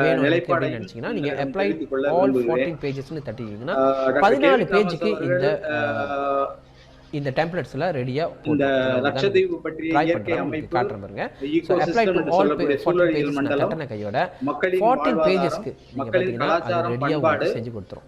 நீங்க என்ன பண்ணணும், ஒவ்வொரு பேஜ்லயும் போயிட்டு எடிட் மட்டும் தான் பண்ணணும். சூழலுக்கேற்ற வகையில் நடந்து கொள்வதால் அவர்கள் ஈகோசிஸ்டம் பீப்புள் அப்படி இல்ல சார், நான் ஒன் பை ஒன்னா நானே சூஸ் பண்ணிக்கிறேன் அப்படிங்கிற மனிதர்கள் தாராளமா சூஸ் பண்ணிக்கலாம். இந்த பேஜ் வேணும், இது மட்டும் வேணும் அப்படின்னு நினைச்சீங்கன்னா ஜஸ்ட் ஒன் கிளிக் பண்ணுங்க. ஈகோசிஸ்டத்தை அழிக்கக்கூடியவர்கள் அல்ல, மட்டுமே இந்த ஒரு ஈகோசிஸ்டம் எவ்வாறு தன்னை புனரமைத்துக் கொள்ள முடியுமோ அந்த அளவிற்கு மட்டுமே அந்த இயற்கையை பயன்படுத்தி கொண்டு வாழ்கின்ற மக்களுக்கு பேரு ஈகோசிஸ்டம் பீப்புள் அப்படின்னு. நீங்க இந்த சூழலில் மிக முக்கியமா அவர் குறிப்பிட்டது, ஏற்கனவே உச்ச நீதிமன்றம் ஜஸ்டிஸ் ரவீந்திரன் என்பவர் தலைமையில ஒரு கமிட்டி உருவாக்கி இந்த லட்சத்தீவிற்கான ஒரு integrated development management plan IIMP என்று சொல்லக்கூடிய ஒரு திட்டத்தை உருவாக்கி இருக்கிறது. அந்த திட்டத்தை அரசாங்கம் ஏற்றுக்கொண்டிருக்கிறது. அந்த திட்டத்தை சுப்ரீம் கோர்ட்டும் ஏற்றுக்கொண்டிருக்கிறது. அந்த அடிப்படையில் தான் அந்த லட்சத்தீவிலே வளர்ச்சியை கொண்டு செல்ல வேண்டும் என்று முடிவெடுத்திருக்கப்பட்டிருக்கிறது. ஆனால் அந்த திட்டத்தை கண்டுகொள்ளாமல் தற்பொழுது பிரஃபுல் பட்டேல் என்ற அதிகாரி அவர் அந்த அவர் ஏற்கனவே குறிப்பிட்ட மாதிரி அவர் அரசு அதிகாரி அல்ல, அங்கே ஒரு டிஸ்ட்ரிக்ட்ல ஒரு கலெக்டர் இருக்காரு. இவருக்கு மேல ஒரு ஐலண்ட் மேனேஜ்மெண்ட்டுக்கான அனுப்பப்பட்டவர்.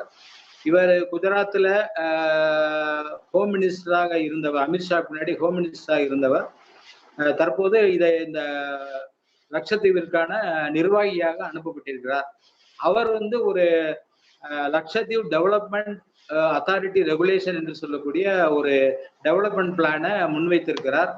அந்த பிளானை யாரிடமும் கேட்காமல் அவர் அமுல்படுத்த ஆரம்பித்திருக்கிறார். அது என்னன்னு அப்புறம் பார்க்கலாம். இப்ப இந்த ஜஸ்டிஸ் ரவீந்திரன் கமிட்டி கொடுத்த முக்கியமான வளர்ச்சி திட்டம் என்னவென்று சொன்னால், கடல் ஓரத்துல 20 மீட்டர் அளவுல எந்த விதமான வளர்ச்சி திட்டங்களும் இருக்கக்கூடாது. மிக முக்கியமாக எந்த வளர்ச்சி திட்டம் வந்தாலும் கன்சர்வேஷன் மற்றும் பிரிசர்வேஷன் என்று சொல்லக்கூடிய 2 கோட்பாடுகளுக்கு உட்பட்டிருக்க வேண்டும். கன்சர்வேஷன் என்பது இயற்கை வளங்களை பாதுகாப்பது, பிரிசர்வேஷன் என்பது இயற்கை வளங்கள் மட்டுமல்லாமல் அதோடு இணைந்த மனிதர் வாழ்க்கைகளையும் நம்ம இணைத்து பார்க்க வேண்டிய ஒரு பிரிசர்வேஷன். மனிதர் வாழ்வோடு எப்படி இயற்கையை காப்பாற்றுவது என்ற 2 கொள்கைகளுக்கு உட்பட்டுத்தான் நாம் அங்கு வளர்ச்சியை கொண்டு வர வேண்டும் என்று ஜஸ்டிஸ் ரவீந்திரன் கமிட்டி முன்வைத்திருக்கிறது. டூரிசத்திற்கான எந்த விதமான கட்டுமான பணிகளையும் அந்த தீவுகளில் செய்யக்கூடாது. லகுன்ஸ் என்று சொல்லக்கூடியவற்றை அதை பாதுகாக்க வேண்டும். லகுன்ஸ் என்பது அந்த தீவை சுற்றி இருக்கக்கூடிய கடலுக்கும் அந்த லேண்டுக்கும் இடையில் இருக்கக்கூடிய ஒரு அருமையான ஒரு பஃபர் ஜோன். அது கடலோடு சில சமயங்கள் தொடர்பு கொண்டிருக்கும், கடலோடு விட்டு சில சமயங்கள் பிரிந்திருக்கும். ஆனால் கடலை போன்றே இருக்கக்கூடியது மிகப்பெரிய லகூன்களும் இருக்கின்றன. அதில் மீன்கள் பிடிக்கக்கூடிய சூழ்நிலையும் இருக்கிறது. நம்ம கடலூர் மாவட்டம் நம்ம ஏரியாக்கள் கூட சில லகூன் பார்க்கலாம்.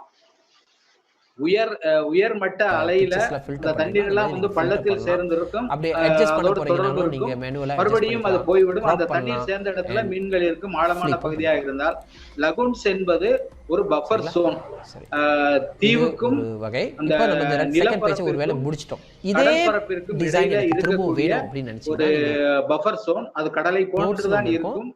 ஆனால் அது கடலில் இருந்து நம்மை பாதுகாக்கிறது, டவுன்லோட் பண்ணிக்கங்க. கடல் அலைகளில் இருந்து பாதுகாக்கிறது, புயல் சீற்றங்களில் இருந்து பாதுகாக்கிறது. எனவேதான் இந்த ரவீந்திரன் கமிட்டி என்பது லகுன் என்பது மிக மிக முக்கியமான ஒரு பார்ட்.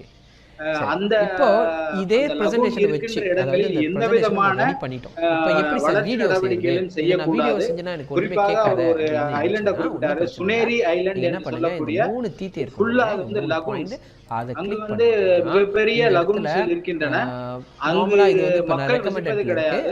ஆனால் அந்த லகுன்ல போய் வேண்டிய நேரங்களில் நம்முடைய மீனவர்கள், அந்த பகுதியில் வாழ்கின்ற மீனவர்கள் மீன்பிடித்து வருகிறார்கள். சுனேரி ஐலண்ட்ல எந்த விதமான வளர்ச்சி திட்டங்களை எதுவும் கொண்டு வரக்கூடாது. அது ஒரு மிகவும் யூனிக் ஈகோ சிஸ்டம், உண்மையான ஈகோ சிஸ்டம்.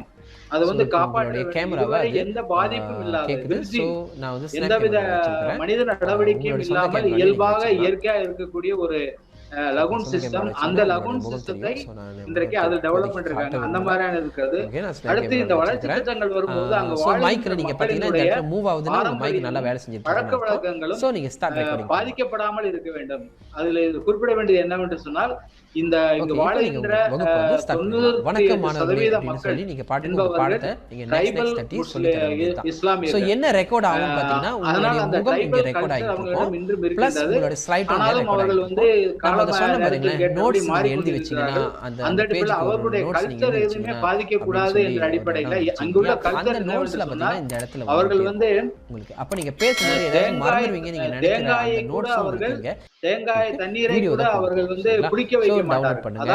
அந்த முழுக்க முழுக்க மது வீடியோவை இப்போ விலக்கு அங்க அமலாகி இருக்கிறது, யாரும் குடிக்க கூடாது என்று சொன்னால் அது வந்து ஒரு மதம் சார்ந்த கட்டுப்பாடாக அங்க இருக்கின்றது. அந்த வீடியோவை நீங்க முடிஞ்சா யூடியூப்ல அப்லோட் பண்ணிட்டு லிங்க் மட்டும் மார்க் கொடுங்க. அங்க வந்து ஏற்கனவே திரு சுகுமார் அவர்கள் குறிப்பிட்டது போல அங்க எந்த விதமான இப்படி செய்யும் பொழுது உங்களுடைய வேலை ரொம்ப சுலபமா கிரிமினல் கேசஸ் இருக்கிறது. அந்த அடிப்படையில அவங்களுடைய கலாச்சாரம் போற்றப்பட வேண்டும். எந்த வளர்ச்சி திட்டமும் அவர்களிடம் அந்த கலாச்சாரத்தையும் பாரம்பரியத்தையும் ஒத்து இருப்பதா இருக்க வேண்டும் என்று கொடுக்கிறது. அடுத்து இங்கு வந்து டூரிசம் என்று சொல்லக்கூடிய அந்த சுற்றுலா நிகழ்வு என்பது மிக மிக குறைந்த அளவிலே நடக்க வேண்டும். எங்கெங்கு குறைந்த மக்கள் தொகை இருக்கின்றதோ அந்த தீவுகளில் மட்டும் டூரிசம் நடத்தப்பட வேண்டும். அந்த டூரிசத்தின் மூலமாக மக்களின் மீது ஏதேனும் விளைவுகள் வரக்கூடாது. டூரிசத்தினால அந்த ஐலாண்டு பாதிக்கக்கூடாது என்ற அடிப்படையில அதனாலதான் வந்து இப்ப மாலத்தீவு இந்த லட்சத்தீவுக்கு வந்து டூரிசம் என்பது ரெஸ்ட்ரிக்டடா தான் இருக்கும். அதை பற்றியும் அவர் குறிப்பிட்டார். ஆகவே ரெஸ்ட்ரிக்டட் டூரிசம் இங்கு இருக்க வேண்டும். அடுத்து மிக முக்கியமாக அவர் குறிப்பிட்டது, எந்த வளர்ச்சி திட்டங்கள் கொண்டு வந்தாலும் நீங்கள் வந்து பஞ்சாயத்து யூனிட்டுகளில் அங்க இருக்கக்கூடிய ஐலண்ட் பஞ்சாயத்து, ஒவ்வொரு ஐலாண்ட் ஒரு 10 ஐலாண்டுகள் வந்து மனிதர்கள் வசிக்கிறாங்க. 37 ஐலாண்டுகள் இருந்தாலும் அதுல 10 ஐலாண்டுகள்ல மக்கள் வசிக்கிறார்கள். அந்த ஐலாண்டு ஒவ்வொரு ஐலாண்டுக்கும் ஒரு பஞ்சாயத்து இருக்கிறது, ஒரு டிஸ்ட்ரிக்ட் பஞ்சாயத்து இருக்கிறது, டிஸ்ட்ரிக்ட் அட்மினிஸ்ட்ரேட்டர் ஐஏஎஸ் அளவில் இருக்கிறாரு. இப்ப மக்களிடம் கருத்து கேட்டு வளர்ச்சி திட்டங்களை அவர்களோடு இணைந்து உருவாக்க வேண்டும் என்று சொல்றாங்க. இப்ப குறிப்பாக அங்க இருக்கக்கூடிய பல தீவுகள் இன்னும் மனிதர்கள் சென்று வசிக்கவில்லை.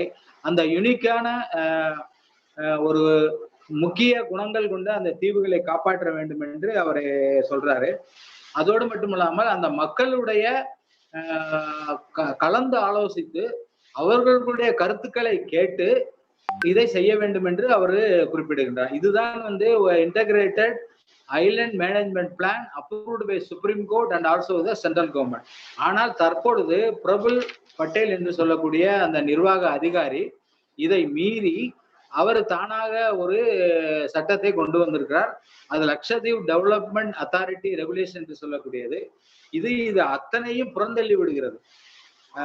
ஏற்கனவே குறிப்பிட்ட அந்த IIMPக்கு எதிராக நிற்கிறது. இதில் சொன்னதெல்லாம் மாற்றி இதற்கு எதிரான ஒரு வளர்ச்சி திட்டத்தை அவர் முன்மொழிகிறார். அதனால் மக்களிடம் மிகப்பெரிய எதிர்ப்பு ஆரம்பித்திருக்கிறது.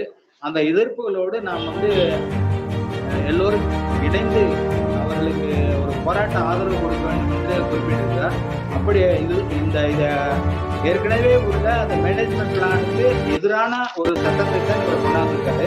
இப்ப நம்ம வந்து இப்ப தற்போது நம்முடைய லட்சத்தீவு நிலை என்ன நிலைப்பாடு பற்றி நம்முடைய அகில இந்திய மக்கள் அறிவியல் இயக்கம் என்ன சொல்லுது என்று சொன்னால், இன்றைக்கு நித்தி ஆயோக் என்ற அகில இந்திய அளவிலான அமைப்பு என்பது நம்முடைய பிளானிங் கமிஷன் ஒரு திட்டக்குழுவை கலைத்துவிட்டு நித்தி ஆயோக் என்று சொல்லிய national institute for transforming India என்று சொல்லக்கூடிய ஒரு நிறுவனத்தை உருவாக்கி அந்த நிறுவனத்தின் மூலம் அதுக்கு வந்து பிளானிங் கமிஷன் என்று இதுவரை நாம் வைத்திருந்தோம்.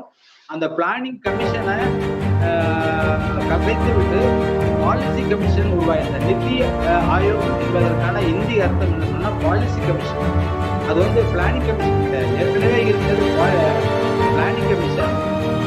அதை கலைத்து விட்டு இந்த மோடி அவர்கள் பதவியேற்ற முன்னாடி உடனடியாக இந்த நிதி ஆயோக் கொண்டு வரப்பட்டது. இந்த நிதி ஆயோக்குடைய முக்கியமான நோக்கம் என்னவென்று சொன்னால் இந்தியாவுடைய பொருளாதார வளர்ச்சியை அதிகரிப்பது, அதற்கான திட்டங்களை அவர்கள் வகுப்பது. அது நாட்டினுடைய இயற்கை வளத்தை பற்றியோ மக்களின் கலாச்சாரத்தை பற்றியோ வளர்ச்சியை பற்றியோ அக்கறை இல்லாமல் நாட்டினுடைய பொருளாதாரத்தை அதனுடைய ஜிடிபியை உதாரணமாக $5 trillion எக்கானமி என்ற அடிப்படையில நிதி ஆயோக் செயல்படுகிறது. நிதி ஆயோக் என்பது அதனுடைய கொள்கை என்பது என்னவென்றால் கீழே இருந்து திட்டமிடுவது என்று குறிப்பிடுகிறது. ஆனால் அது செய்வதெல்லாம் மேலே இருந்து திட்டமிட்டு நமக்கு கொடுக்கின்றது. இன்றைக்கு அனைத்து நிதி ஆயோக்கு இப்ப கொரோனாவா இருந்தாலும் சரி மற்ற திட்டங்களா இருந்தாலும் சரி அனைத்துமே மேலே இருந்து அவர்கள் திட்டமிட்டு கொடுக்குறாங்க. அந்த மேலே இருந்து திட்டமிட்டு கொடுப்பதுமே ஒரு அதிகாரிகள் அளவுல திட்டமிடப்பட்டு பேரளவிற்கு மாநிலங்களை கன்சல்ட் பண்ணிட்டு கூட்டம் நடத்துகிறார்களே ஒழிய எந்த விதத்திலும் வந்து பார்த்தோம்னு சொன்னா இந்த கீழிருந்து திட்டம் அப்படி என்று சொன்னால் கீழிருந்து திட்டமிட்ட ஜஸ்டிஸ் ரவீந்திரன் கமிட்டியினுடைய அறிக்கையை அமல்படுத்துவதற்கு பதிலாக இப்ப மேலிருந்து நிதி ஆயோக் வந்து இந்த திட்டத்தை அமல்படுத்துகிறது. அதனுடைய கருவியாகத்தான் நம்ம வந்து பிரஃபுல் பட்டேலை பார்க்க வேண்டும். இன்றைய சூழல்ல லட்சத்தீவு மட்டுமல்லாமல் அந்தமான் நிக்கோபார் தீவுகளுக்கும் அதே போன்று லடாக் பிரதேசத்திற்கும் எங்கெங்கு வந்து இந்த ஒன்றிய அரசினுடைய நேரடி ஆட்சியில் இருக்கக்கூடிய யூனியன் பிரதேசங்களில் இன்னைக்கு அவர்கள் வந்து தங்களுடைய கைவரிசையை காட்டுகிறார்கள். அந்தமான் நிக்கோபார் ஐலண்டில மிகப்பெரிய ஒரு வளர்ச்சி திட்டத்தை கொண்டு அதனுடைய இயற்கை வளங்களை சூறாடுவதற்கே தயாராக இருக்கின்றார்கள். இப்ப இன்னைக்கு வந்து நம்ம பேசுவது குறிப்பாக லட்சத்தீவை மட்டுமத்து பேசுகிறோம். இது நிதி ஆயோக் திட்டத்தின் கீழ் இது வருகிறது. நிதி ஆயோக்கின் திட்டத்தில் என்னவென்று சொன்னால் டாக்டர் K.V. தாமஸ் அவர்கள் குறிப்பிட்டது போல இதை மாலத்தீவு போன்ற ஒரு டூரிஸ்ட் ஹப்பாக மாற்றுவது, சுற்றுச்சூழல் மையமாக சுற்றுலா இணையமாக இந்த இடத்தை மாற்றுவது. அவர் குறிப்பிடுவது என்னன்றதுனால் மாலத்தீவிற்கும் இந்த லட்சத்தீவிற்கும் மிகப்பெரிய வேறுபாடு இருக்கின்றது. லகுன்கள் இல்லாத இடம் மாலத்தீவு. ஆனால் இங்கு லகுன்ஸ் என்று சொல்லக்கூடிய ஒரு பஃபர் சோன், கடலுக்கும் தீவுக்கும் தீவினுடைய நிலப்பகுதிக்கும் இடையிலே இருக்கக்கூடிய அந்த நீர் பகுதி சுற்றி இருக்கும் ஒரு மிகப்பெரிய நீர் அரணாக இருக்கக்கூடிய லகுன்ஸ்கள், அந்த லகுன்ஸ்களை பாதிக்கக்கூடிய திட்டங்கள் தான் இன்றைக்கு வருகின்றது.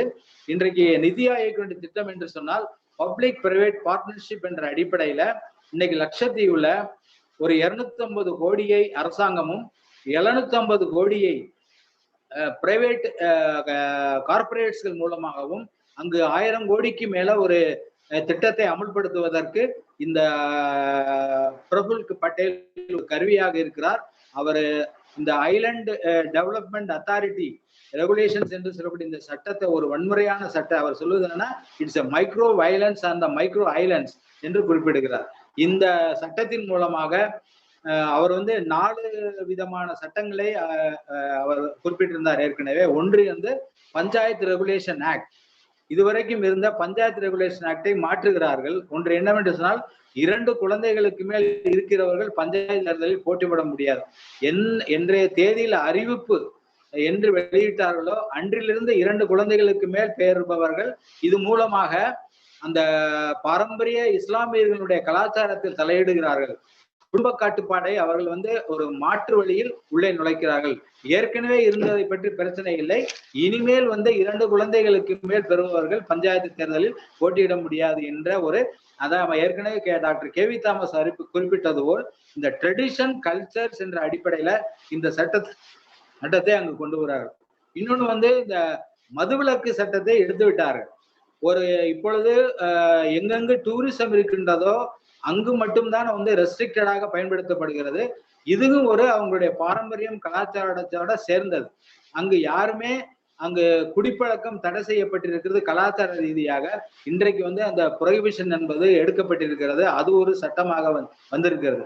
அது மாதிரி ஆன்டி சோசியல் எலிமெண்ட்ஸ் ஆக்ட்ஸ் என்ற அடிப்படையில வேண்டுமென்றே அந்த தீவுல நடைபெறும் வளர்ச்சி திட்டங்களை எதிர்த்து போராடுபவர்களை இந்த ஆசிஃபா என்று சொல்லக்கூடிய அந்த தற்போது கேரளாவில் இருக்கின்ற அவர்களை போன்று இங்கு வந்து அடக்குமுறையை பயன்படுத்தி அந்த சட்டத்தின் மூலமாக இல்லீகல் ஆக்டிவிட்டிஸ் என்ற அடிப்படையில் அவர்களை கைது செய்வதற்கு அது ஒரு சட்டத்தை கொண்டாந்திருக்கிறார். அதுபோன்று இந்த லேண்ட் டெவலப்மெண்ட் அத்தாரிட்டி என்ற அடிப்படையில அங்கு வந்து மிகப்பெரிய ரோடுகளை போடுவது, பல்வேறு வளர்ச்சி இன்ஃப்ராஸ்ட்ரக்சரை கொண்டு வருவது, கட்டடங்களை கட்டுவது என்பதெல்லாம் இந்த லட்சத்தீவு டெவலப்மெண்ட் அத்தாரிட்டி ரெகுலேஷன்ஸ் ஆக்ட்ல இருக்கின்றது. அதனுடைய முக்கியமான நோக்கம் மாலத்தீவை போன்று இதை வந்து ஒரு டூரிசம் 20 மீட்டருக்குள்ளேயே அவங்க விரைவில் செய்ய இருப்பது என்னவென்று சொன்னால் 5 ஸ்டார் ஹோட்டல்ஸ், அதே போன்று ரிசார்ட்ஸ், பீச்சஸை வந்து பீச் என்ட்ரன்சஸ், அது வந்து பீச் எலிவேஷன்ஸ் போன்றவற்றை அந்த லேண்ட் யூஸ் பேட்டர்னே மாற்றப் போகின்ற சூழ்நிலை இருக்கின்றதுனால மக்கள் இதை வலுவாக எதிர்க்கிறார்கள். தங்களுடைய கலாச்சாரத்திற்கும் பாரம்பரியத்திற்கும் எதிரான ஒரு வளர்ச்சி திட்டத்தை கொண்டு வருகிறார்கள். அதோடு மட்டுமல்ல தங்களுடைய சுய ஆட்சியை, சுய அந்தஸ்தை சுயமாக ஆளக்கூடிய அந்த பஞ்சாயத்து ராஜ் சிஸ்டத்தையும் இவர்கள் வந்து தடாலடியாக மாற்றுகிறார்கள் என்ற அடிப்படையில மக்கள் வந்து அங்க போராடுகிறார்கள். நாம் இந்த லட்சத்தீவு என்பது அதை நீங்க வந்து லட்சத்தீவை பத்தி வெப்சைட்ல உள்ள போனீங்கன்னா நிறைய ரிசர்ச் பேப்பர்ஸ் தான் இருக்கு. அது என்ன சொல்றாங்கன்னா, லட்சத்தீவு என்பது ஆரவல்லி ஹில்ஸ், அதாவது டெல்லியில இருக்கு, டெல்லி வட மாநிலங்கள் இருக்கக்கூடிய ஆரவல்லி ஹில்ஸினுடைய ஒரு தொடர்ச்சி தான் அதனுடைய தொடர்ச்சி தான் அந்த லட்சத்தீவு என்று குறிப்பிடார்கள். லட்சத்தீவுகள் என்பது ஒரு ஓஷியானிக் ஐலண்ட்ஸ் என்று சொல்லக்கூடிய, உலகத்துல ஐலண்ட்ஸை 2 வகையா பிரிக்கிறாங்க. ஒன்று வந்து ஓஷியானிக் ஐலண்ட்ஸ், இன்னொன்று வந்து கான்டினென்டல் ஐலண்ட்ஸ் என்று பிரிக்கிறாங்க. ஒரு காலத்தில் நிலப்பகுதியா இருந்து அந்த நம்முடைய குளிர்காலம் முடிந்து வந்த பொழுது நமது கண்டங்கள் எல்லாம் மூழ்கும் பொழுது சில பகுதிகள் அங்கு வந்து ஐலண்டுகளாக மாறின. அது வந்து கான்டினென்டல் ஐலண்ட்ஸ். ஃபார் எக்ஸாம்பிள் நம்ம வந்து ஸ்ரீலங்கா, குருசடை ஐலண்ட், கச்சத்தீவு ஐலண்ட்ஸ், இதெல்லாம் வந்து கான்டினென்ட் ஐலண்ட்ஸ். ஏற்கனவே இவை எல்லாம் நம்முடைய நிலப்பகுதியோடு இருந்தது. தற்போது அது வந்து நீரில் மூழ்கி சிறு பகுதி மட்டும் இருக்கின்றது. ஆனால் இந்த லட்சத்தீவு போன்ற தீவுகள் ஓஷியானிக் ஐலண்ட்ஸ் என்று சொல்லக்கூடிய அளவுல கடலுக்கு அடியில் இருந்து எரிமலைகள் வெடித்து அதிலிருந்து உருவான ஐலண்ட்ஸ்களை எல்லாம் வெடித்து அதிலிருந்து நிலப்பரப்புகள் தோன்றி சுமார் 1000 மீட்டர் 400 மீட்டர் என்ற அடிப்படையில் அவை ஆழ்ந்து கிடக்கின்றன. அதன் மீது இந்த கோரல்கள், பூஞ்சைகள் என்று சொல்லக்கூடிய கோரல் ரீஃப்ஸ் என்று சொல்லக்கூடிய அனைத்தும் அதில் வளர்ந்து இன்றைக்கு அது வந்து தீவுகளாக மாறி இருக்கின்றன. இந்த தீவுகள் அனைத்துமே கோரல்ஸ் உடைய தீவுகளாகத்தான் பார்க்க வேண்டும். Doctor K.V. தாமஸ் அவர்கள் குறிப்பிட்டது போல இந்த தீவுகள் என்பது பயோடைவர்சிட்டி நிறைந்தது.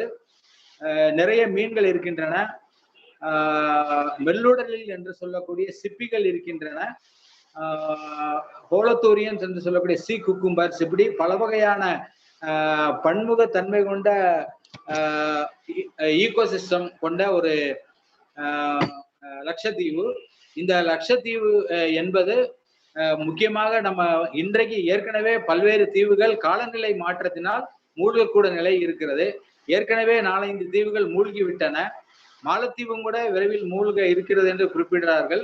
தற்போது புவி வெப்பமயமாதலின் காரணமாக கடல் நீர் மட்டம் உயர்ந்து வருகின்ற பொழுது இந்த தீவுகளே வந்து இன்றைக்கு மிகப்பெரிய ஆபத்தில் இருக்கின்ற சூழ்நிலையில் இயற்கையாகவே ஆபத்தில் இருக்கின்ற இந்த தீவுகளை வளர்ச்சி திட்டங்களின் மூலம் இன்றைக்கு அதை அழிப்பதற்கான முயற்சி நடைபெற்று வருகிறது. அதை நாம் தடுத்து நிறுத்தியாக வேண்டி இருக்கிறது.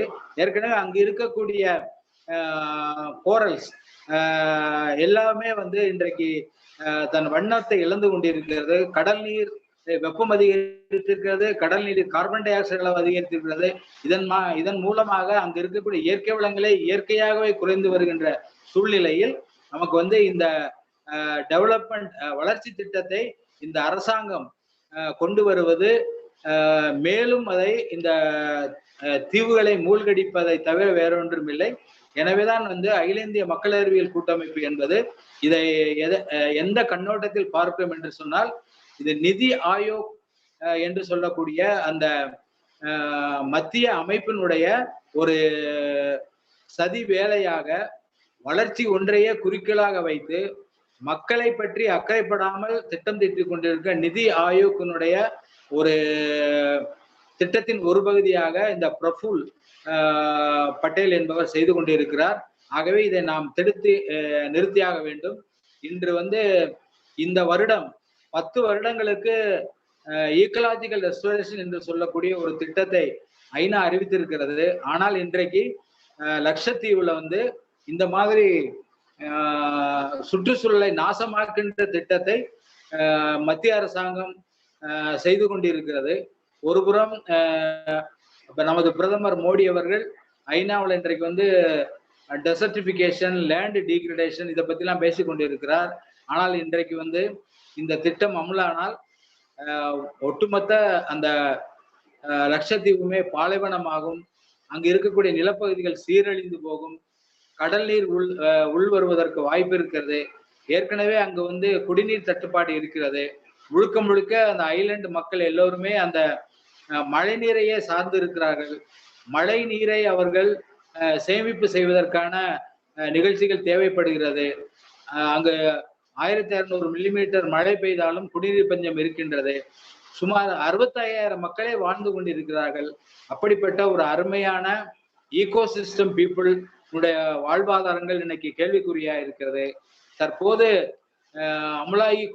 அமலாக்க கொண்டிருக்கின்ற இந்த திட்டமானது அங்கு வாழுகின்ற மக்களின் பாரம்பரியத்திற்கும் பழக்க வழக்கங்களுக்கும் எதிரானது. அங்கு இருக்கக்கூடிய இயற்கை வளத்திற்கும் ஈகோசிஸ்டத்திற்கும் எதிரானது. அவர்கள் மக்களை கேட்டறியாமல் இவர்களாக வளர்ச்சி திட்டங்களை அமுல்படுத்துகின்ற ஒரு மேலிருந்து கீழ் அமுல்படுத்துகின்ற ஒரு திட்டத்தை நாம் அகில இந்திய மக்கள் அறிவியல் கூட்டமைப்பின் மூலமாக இந்தியா முழுவதும் இதை எடுத்து செல்ல இருக்கின்றோம். அந்த அடிப்படையிலே தமிழ்நாடு அறிவியல் இயக்கம் இந்த அருமையான மிகப்பெரிய அலை போல இன்றைக்கு தமிழ்நாடு அறிவியல் இயக்க உறுப்பினர்கள் மற்றும் பிறரும் இதில் கலந்து கொண்டிருக்கிறார்கள். இது மிகப்பெரிய ஒரு சிறந்த இணையவழி கருத்தரங்கமாக அமைந்திருக்கிறது. இதை இன்னும் ஏன்னா நாம் கேரளாவுக்கு அருகில் இருக்கிறோம். நாம் கேரளா தான் இன்றைக்கு கேரள அரசாங்கமும் எதிர்கட்சியும் இன்றைக்கு ஒன்றிணைந்து இந்த லட்சத்தீவில் நடைபெறுகின்ற போராட்டங்களுக்கு ஆதரவு கொடுத்து கொண்டு இருக்கிறார்கள். அந்த அடிப்படையில நாமும் கேரளாவுக்கு அருகிலே இருக்கின்றோம் என்ற அடிப்படையிலும் லட்சத்தீவு போன்ற இயற்கை வளங்களை காப்பாற்ற வேண்டிய பெரும் பொறுப்பு நமக்கு இருக்கின்ற அடிப்படையிலும் இந்த லட்சத்தீவை காப்பாற்றுவோம் என்ற இந்த இணையவழி கருத்தரங்கை ஏற்பாடு செய்த தமிழ்நாடு அறிவியல் இயக்கத்திற்கு அகில இந்திய மக்கள் அறிவியல் கூட்டமைப்பின் சார்பாக பாராட்டுதல்களையும் நன்றியையும் தெரிவித்துக் கொள்கிறேன். நன்றி, வணக்கம். நன்றி அகில இந்திய பொதுச் செயலாளர் பேராசிரியர் ராஜமாணிக்கம் அவர்களுக்கு. உண்மையிலேயே வந்து K.V. தாமஸ் அவர்கள் வந்து ஆங்கிலத்துல பேசினாலும் ரொம்ப எளிமையான உரையில வந்து பேசினாங்க. அதையும் வந்து சுருக்கமாக அவருடைய கருத்தோட அகில இந்திய அறிவியல் இயக்கத்தினுடைய முடிவுகளையும் இன்னைக்கு என்ன நடந்துட்டு இருக்குங்கிற கருத்துக்களையும் ரொம்ப ஆழமாக ஒரு ரொம்ப தெளிவாகவும் நம்முடைய பேராசிரியர் ராஜமாணிக்கம் அவர்கள் வந்து விளக்கியிருக்கிறாங்க. உண்மையிலேயே இந்த கூட்டத்தை பொறுத்தளவுல இன்னைக்கு 200 பேர் கிட்ட வந்திருக்காங்க. பல்வேறு அமைப்புகள்ல இருந்தும் பங்கெடுத்திருக்காங்க. அவங்களுக்கும் நம்ம நன்றியை தெரிவிக்க கடமைப்பட்டிருக்கிறோம். ஏதாவது கேள்விகள் விளக்கங்கள் மட்டும் இருந்தா கேளுங்க. தயவுசெய்து கருத்தா வேண்டியதில்லை, நிறைய கேள்விகள் மட்டும் கேளுங்க. ஏன்னா 2 பேருமே முக்கியமான கருத்தாளர்களா இருக்காங்க. அதை நம்ம பயன்படுத்திக்கலாம் அப்படின்னு நினைக்கிறேன். ஹேண்ட் ரைஸ் பண்ணீங்கன்னா நம்ம கேள்விகள் கேட்கலாம்.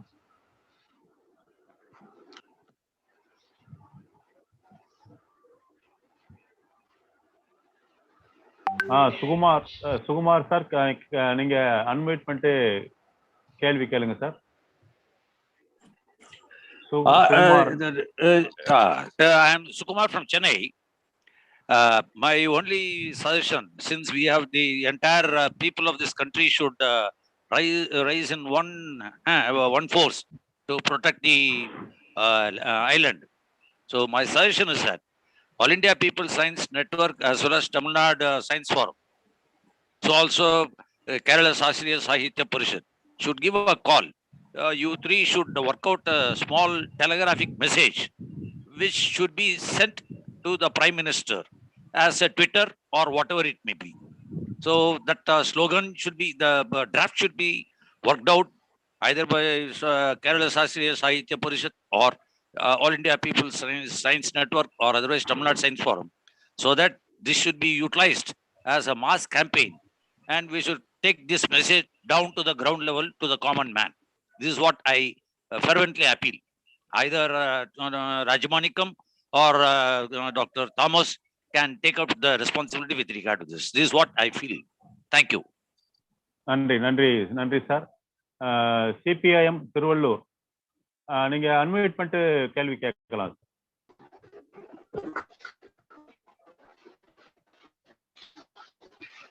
சார் வணக்கம் சார். எல்லாமே சிறப்பா சொன்னாரு, பிஆர் தெளிவா சொன்னாரு. ஒரே விஷயம் தான், அங்க தேர்தல் முறை எப்படி, அங்க வந்து மக்களுக்கு வந்து மக்கள் பிரதிநிதிகளை தேர்ந்தெடுத்து என்ன முறையான அங்க நிர்வாகம் இருக்குது கேட்கலாம் தான். கேட்குதுங்களா? கேக்குது நீங்க பேசுறது கேக்குது. ஓகே. பிஆர் லைன்ல இருக்காங்களா? பிஆர் இப்பதான் ஜாயின் பண்றாரு. அவர் கட் ஆயிருச்சு, திரும்பி உள்ள வர்றாரு. Okay okay okay okay. Doctor Thomas கூட பதில் சொல்லலாம்.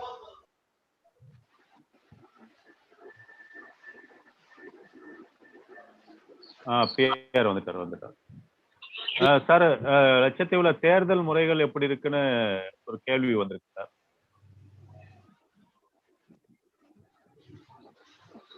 பிஆர் சார் லைன்ல இருக்கீங்களா?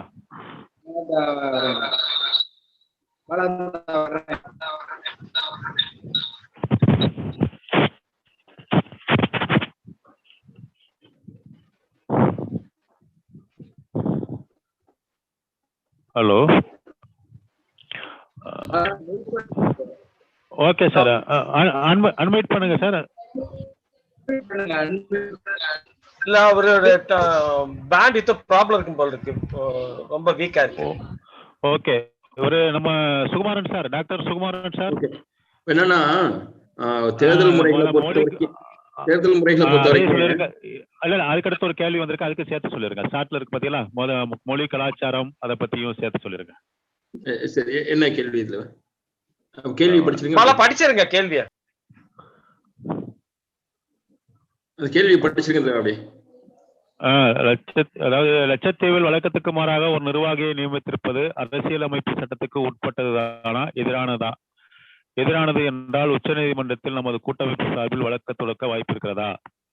அதே மாதிரி மக்களின் மொழி, மதம், கல்வி, வேலைவாய்ப்பு சம்பந்தமாக சொல்ல வேண்டும். ஓகே, ரொம்ப 3 கேள்விகளுமே ரொம்ப ஒன்னோட தொடர்புடையது, ரொம்ப நல்ல கேள்வியும் கூட. ஒன்னு என்னன்னு சொன்னாக்கா, நிர்வாகத்தை பொறுத்த வரைக்கும் அங்க 10 சப் டிவிஷன்ஸ் என்ற வகையில பாத்தீங்கன்னா மக்களால் தேர்ந்தெடுக்கப்பட்ட உள்ளாட்சி நிர்வாக அமைப்பு முறைங்கிறது இருக்குது. அந்த 10 தீவுகள்லயும் மக்கள் வசிக்கக்கூடிய 10 மக்கள் இதுலயும் மற்றபடி அங்க இருக்கக்கூடிய அந்த அட்மினிஸ்ட்ரேட்டரை பொறுத்த வரைக்கும் நம்ம ஒரு ஐஏஎஸ் ஆபீசர் எப்படிங்க நம்ம கல்வித்துறைக்கோ மற்றதுக்கும் நியமிக்கிறாங்களோ அப்படி நியமிக்கிறாங்க. அதுக்கு கீழே நிர்வாக அமைப்பு முறைகள் இருக்கிறது. பட் இருந்தாலும் அவங்க அமல்படுத்துவதை அங்க இருக்கக்கூடிய அந்த உள்ளாட்சி அமைப்புகளுடைய கருத்தை கேட்டு அவங்க தான் செயல்படுத்தக்கூடியவர்களாக இருக்கிறாங்க. அவைகள் அதுக்குரிய முக்கியத்துவம் கொடுத்துருக்காங்க. ஒரே ஒரு பாராளுமன்ற உறுப்பினர், அந்த பாராளுமன்ற உறுப்பினர் NCP, அந்த நேஷனல் காங்கிரஸ் பார்ட்டின்னு அதை சேர்ந்த ஒருத்தராக இருக்கிறாரு. பொதுவாக அந்த ஒரு பாராளுமன்ற உறுப்பினர் என்பவர் அந்த இதுக்கு தேர்ந்தெடுக்கப்பட்டிருக்கிறாங்க. அதை ஒரு மாவட்டமாக அரசாங்கம் கன்சிடர் பண்ணுது, ஒரு டிஸ்ட்ரிக்டாக பார்க்குது. அங்க ஒரு கலெக்டர், அதே மாதிரி ஒரே ஒரு தீவுக்கு மட்டும் ஒரு சப் கலெக்டர் இருக்காங்க. பாக்கி இடங்களுக்கெல்லாம் பாத்தீங்கன்னாக்கா அங்க ஒரு லோக்கல் லெவல், டிவிஷன் லெவல் அலுவலர்களை வச்சிருக்கக்கூடிய நிலைமை இருக்கு. நிறைய IAS ஆபீசர்ஸ் பல இடங்கள்ல போஸ்ட் பண்ணியிருக்காங்க. இதாவது மக்களால் தேர்ந்தெடுக்கப்பட்ட உள்ளாட்சி அமைப்புகள் அங்க செயல்பட்டு இருக்குங்கிறது தான் அந்த தகவல். அது தேர்தல் முறைகள் இருக்குது. அதே மாதிரி பாராளுமன்ற தேர்தலும் நடக்குது. ரெண்டாவது இன்னொன்று இப்ப அங்க இருக்கக்கூடிய 2வது கேள்வி, கலாச்சாரம், மொழி, வேலை வாய்ப்புகள் இவற்றெல்லாம் பார்த்தோம்னாக்க, ஒண்ணு நிறைய மேக்சிமம் ஆல்மோஸ்ட் ஒரு 93% அளவுக்கு இன்னைக்கு கல்வி அறிவு பெற்றவர்களாக இருக்கிறாங்க. நிறைய கொச்சின், மகாத்மா காந்தி இன்ஸ்டிடியூஷன், பல இன்ஸ்டிடியூஷனோட ஸ்டடி சென்டர்ஸ் இருக்கு. அந்த லட்சத்தீவுக்குள்ளரே ஒரு 5-6 கல்லூரிகள் இருக்குது. அப்படி அங்கெல்லாம் கல்வி, அதே மாதிரி பள்ளிக்கூடங்கள், நிர்வாகம் அதெல்லாம் இருக்குது. அதனால எல்லாருமே கல்வி அறிவு பெற்றவர்கள் எண்ணிக்கை என்பது அதிகமாக இருக்கிறது. ஆல்மோஸ்ட் எல்லாமே எங்கேஜ் ஆயிருக்கிறாங்க. வேலையில்லா திண்டாட்டம்ங்கிறது ஒரு பெரிய பிரச்சனையாக அங்க எழவில்லை. அந்த மாதிரி ஒரு இது இல்லை. நாங்கள் சில பேர் அங்க படிச்சுட்டு கேரளாவுக்கோ இந்தியாவின் மற்ற பகுதிகளுக்கு வேலைக்கு போயிருக்காங்க. அங்க இருக்கக்கூடிய அலுவலகங்கள்ல பணியாற்றிட்டு இருக்கிறாங்க. அதை பத்தி ஒரு பெரிய அளவுக்கான புள்ளி விவரங்கள் இல்லை. ஆனா என்னன்னாக்கா ஒரு ஆல்மோஸ்ட் எப்படி அதிகமான கல்வி பயின்றவர்கள் அதிகம் இருக்கிறாங்களோ அந்த மாதிரி வேலை வாய்ப்பு மிக குறைவாக, வேலையில்லா திண்டாட்டம் என்பது மிக குறைவாக இருக்கக்கூடிய பகுதின்னு சொல்லி பாக்குறோம். ஆல்மோஸ்ட் ஒவ்வொருத்தரும் ஏதாவது ஒரு தொழில ஈடுபட்டு இருக்கக்கூடிய ஒரு சூழல், எவரிபடி இஸ் என்கேஜ் அப்படிங்கிற மாதிரி தான் அந்த இதே இருக்குது.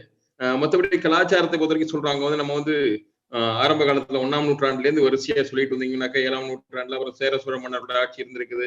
அங்கேருந்து நம்ம வாஸ்கோடகாமா அங்க போயிருந்திருக்காரு. அப்ப திப்பு சுல்தானோட ஆட்சி இருக்கு. திப்பு சுல்தான் ஆட்சிய அதுக்கு பிறகு பாத்தீங்கன்னா பிரிட்டிஷாரோட ஆட்சி வந்திருக்கு. பிரிட்டிஷார் அதுக்கு இல்ல கிழக்கிந்திய கம்பெனிகள் கொஞ்சம் காலம் இருக்கிறாங்க. இப்படி பல இது இருந்தா கூட ஒட்டுமொத்தமா அங்க வாழக்கூடிய மக்கள், இப்ப TR அவர்கள் சொன்னது மாதிரி இங்க இருக்கக்கூடிய ஒரு விதமான மலைவாழ் அல்லது ட்ரைபல் அந்த இதுல இருக்கக்கூடிய பீப்புள் அங்க அதை ஒரு மதத்தை சார்ந்தவர்களாக பெரும்பாலும் அவங்க இருக்கிறதா இருக்கு. மற்ற சிறு ரேஷியோல குறைந்த பட்சத்துல கொஞ்சம் மற்ற மாநிலங்களை சார்ந்தவங்க இருக்கிறாங்க. ஆனா அது ஒரு இஷ்யூஸா அங்க வரவே இல்லை, பிரச்சனைகளாக இதுவரை இங்க வந்ததில்லை.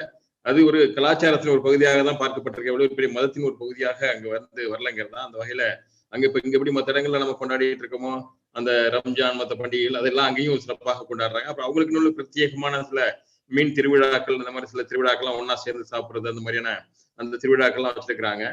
பெரிய அளவுக்கு குற்றங்கள் இல்லாம இருக்கிறதுக்கு காரணம் அந்த மதுவிலக்கு, கொரோனா மதுவிலக்கு அமல்ல இருக்கக்கூடிய பல காரணங்களும் இருக்குது. பொதுவாக ஒரு நல்ல ஒரு ஃபேமிலி செட்டப் ரொம்ப சிறப்பாக இருக்கிறது. அவங்க K.V. தாமஸ் அவர்கள் சொன்னது மாதிரி பாத்தீங்கன்னாக்க அந்த மற்ற மாலத்தீவுல எல்லாம் இருக்கக்கூடிய அந்த பிரச்சனைகள், அங்க டூரிஸ்ட் அதெல்லாம் ஏற்பட்டக்கூடிய அந்த நெருக்கடிகள் பிரச்சனைகள்லாம் இங்க சுத்தமா இல்லை. இன்னும் ஒரு ட்ரெடிஷ்னலாக வாழக்கூடிய மக்களாக பாத்தீங்கன்னா பெரிய, ஆனா சொல்ல போனாக்க நடை உடைகள் இதெல்லாம் பாத்தீங்கன்னாக்க பெரிய அளவுக்கு அவங்க மாற்றங்கள் இருந்தா கூட மற்ற நம்ம மெயின்லேண்ட்ல இருக்கிறது மாதிரி இருந்தா கூட, ஆனா ஒரு குடும்ப அந்த உறவுகள் அந்த இதெல்லாம் பாத்தீங்கன்னாக்க என்ன ஹைலி ஒரு ட்ரெடிஷ்னலா அந்த மாதிரி இருக்கக்கூடிய ஒரு சூழல் இருக்குங்கிறது தான் கிடைச்சிட்டு இருக்க தகவல். அதை பத்தி நம்ம அங்க இருக்கக்கூடியவங்கள்ட்ட பேசுனதும் சரி, அது மாதிரி நம்ம படிக்கக்கூடிய உரங்கள்ல இருந்து கிடைக்கக்கூடிய தகவலா இருக்கு தோழர். ஹலோ பலாதோட. நன்றி நன்றி சார், நன்றி. அதான் ஏன் மாநிலமாக அறிவிக்க கூடாது அப்படின்னு கேட்கிறாங்க. ஒரு சின்ன யூனியன் பிரதேசம், மக்கள் தொகை 64,000 சொன்னேன். அது மாதிரி மாநிலங்கள் அது மாவட்ட அளவுல பார்க்கும்போது இந்தியா பூரா ஒரு 600 சொச்ச மாவட்டங்கள் இருக்குன்னாக்கா அதுல 627வது இடத்துலயும் அது இருக்கு. அந்த அளவுக்கு சின்ன ஒரு டைனி பகுதி அது. அந்த மாநிலமாக இன்னும் நம்ம அதை விட கூடுதல் பாப்புலேஷன் இருக்க பாண்டிச்சேரி போன்றவர்கள் கூட நம்ம மாநிலமாக அறிவிக்காம இருக்குது, மெயின்லேண்ட்ல இருக்கக்கூடியது. அதனால அது கேள்விகள் வரும். வரக்கூடிய காலங்கள்ல நம்ம நிர்வாக சீர்திருத்தங்கள் அது மாற்றங்கள் எல்லாம் வர்றப்ப ஆனா அது எப்படியும் அந்த வெப்பநிலை காலநிலை மாற்றத்தினால அந்த தீவுக்கு எதுவும் பெரிய பாதிப்பு வராமல் இருந்தா, அல்லது இப்ப இருக்கக்கூடிய நெருக்கடிகளை கொடுக்குற நெருக்கடினால தீவுக்கு எதுவும் பாதிப்பு வராம இருந்தாக்க நிச்சயமாக வரக்கூடிய காலங்கள்ல அதற்கான நிர்வாக காரணங்களுக்காக அதுக்கான ஒரு ஸ்பெஷல் ஸ்டேட்டஸை கொண்டாடுறது கூட நிச்சயமாக அதெல்லாம் திட்டமிடுவார்கள் நினைக்கிறேன். வளர்ச்சி காலங்கள்ல அடுத்த தலைமுறை திட்டமிட்டுக்கும். ஹலோ ஓகே, அவ்வளவுதான். சரி, முடிச்சலாமா? வேற ஏதாவது ஸ்ரீபன் சார்? ஓகே பலா, வேற எதுவும் கேள்வி இல்லைன்னா எஸ்எஸ் நிறைவுரை.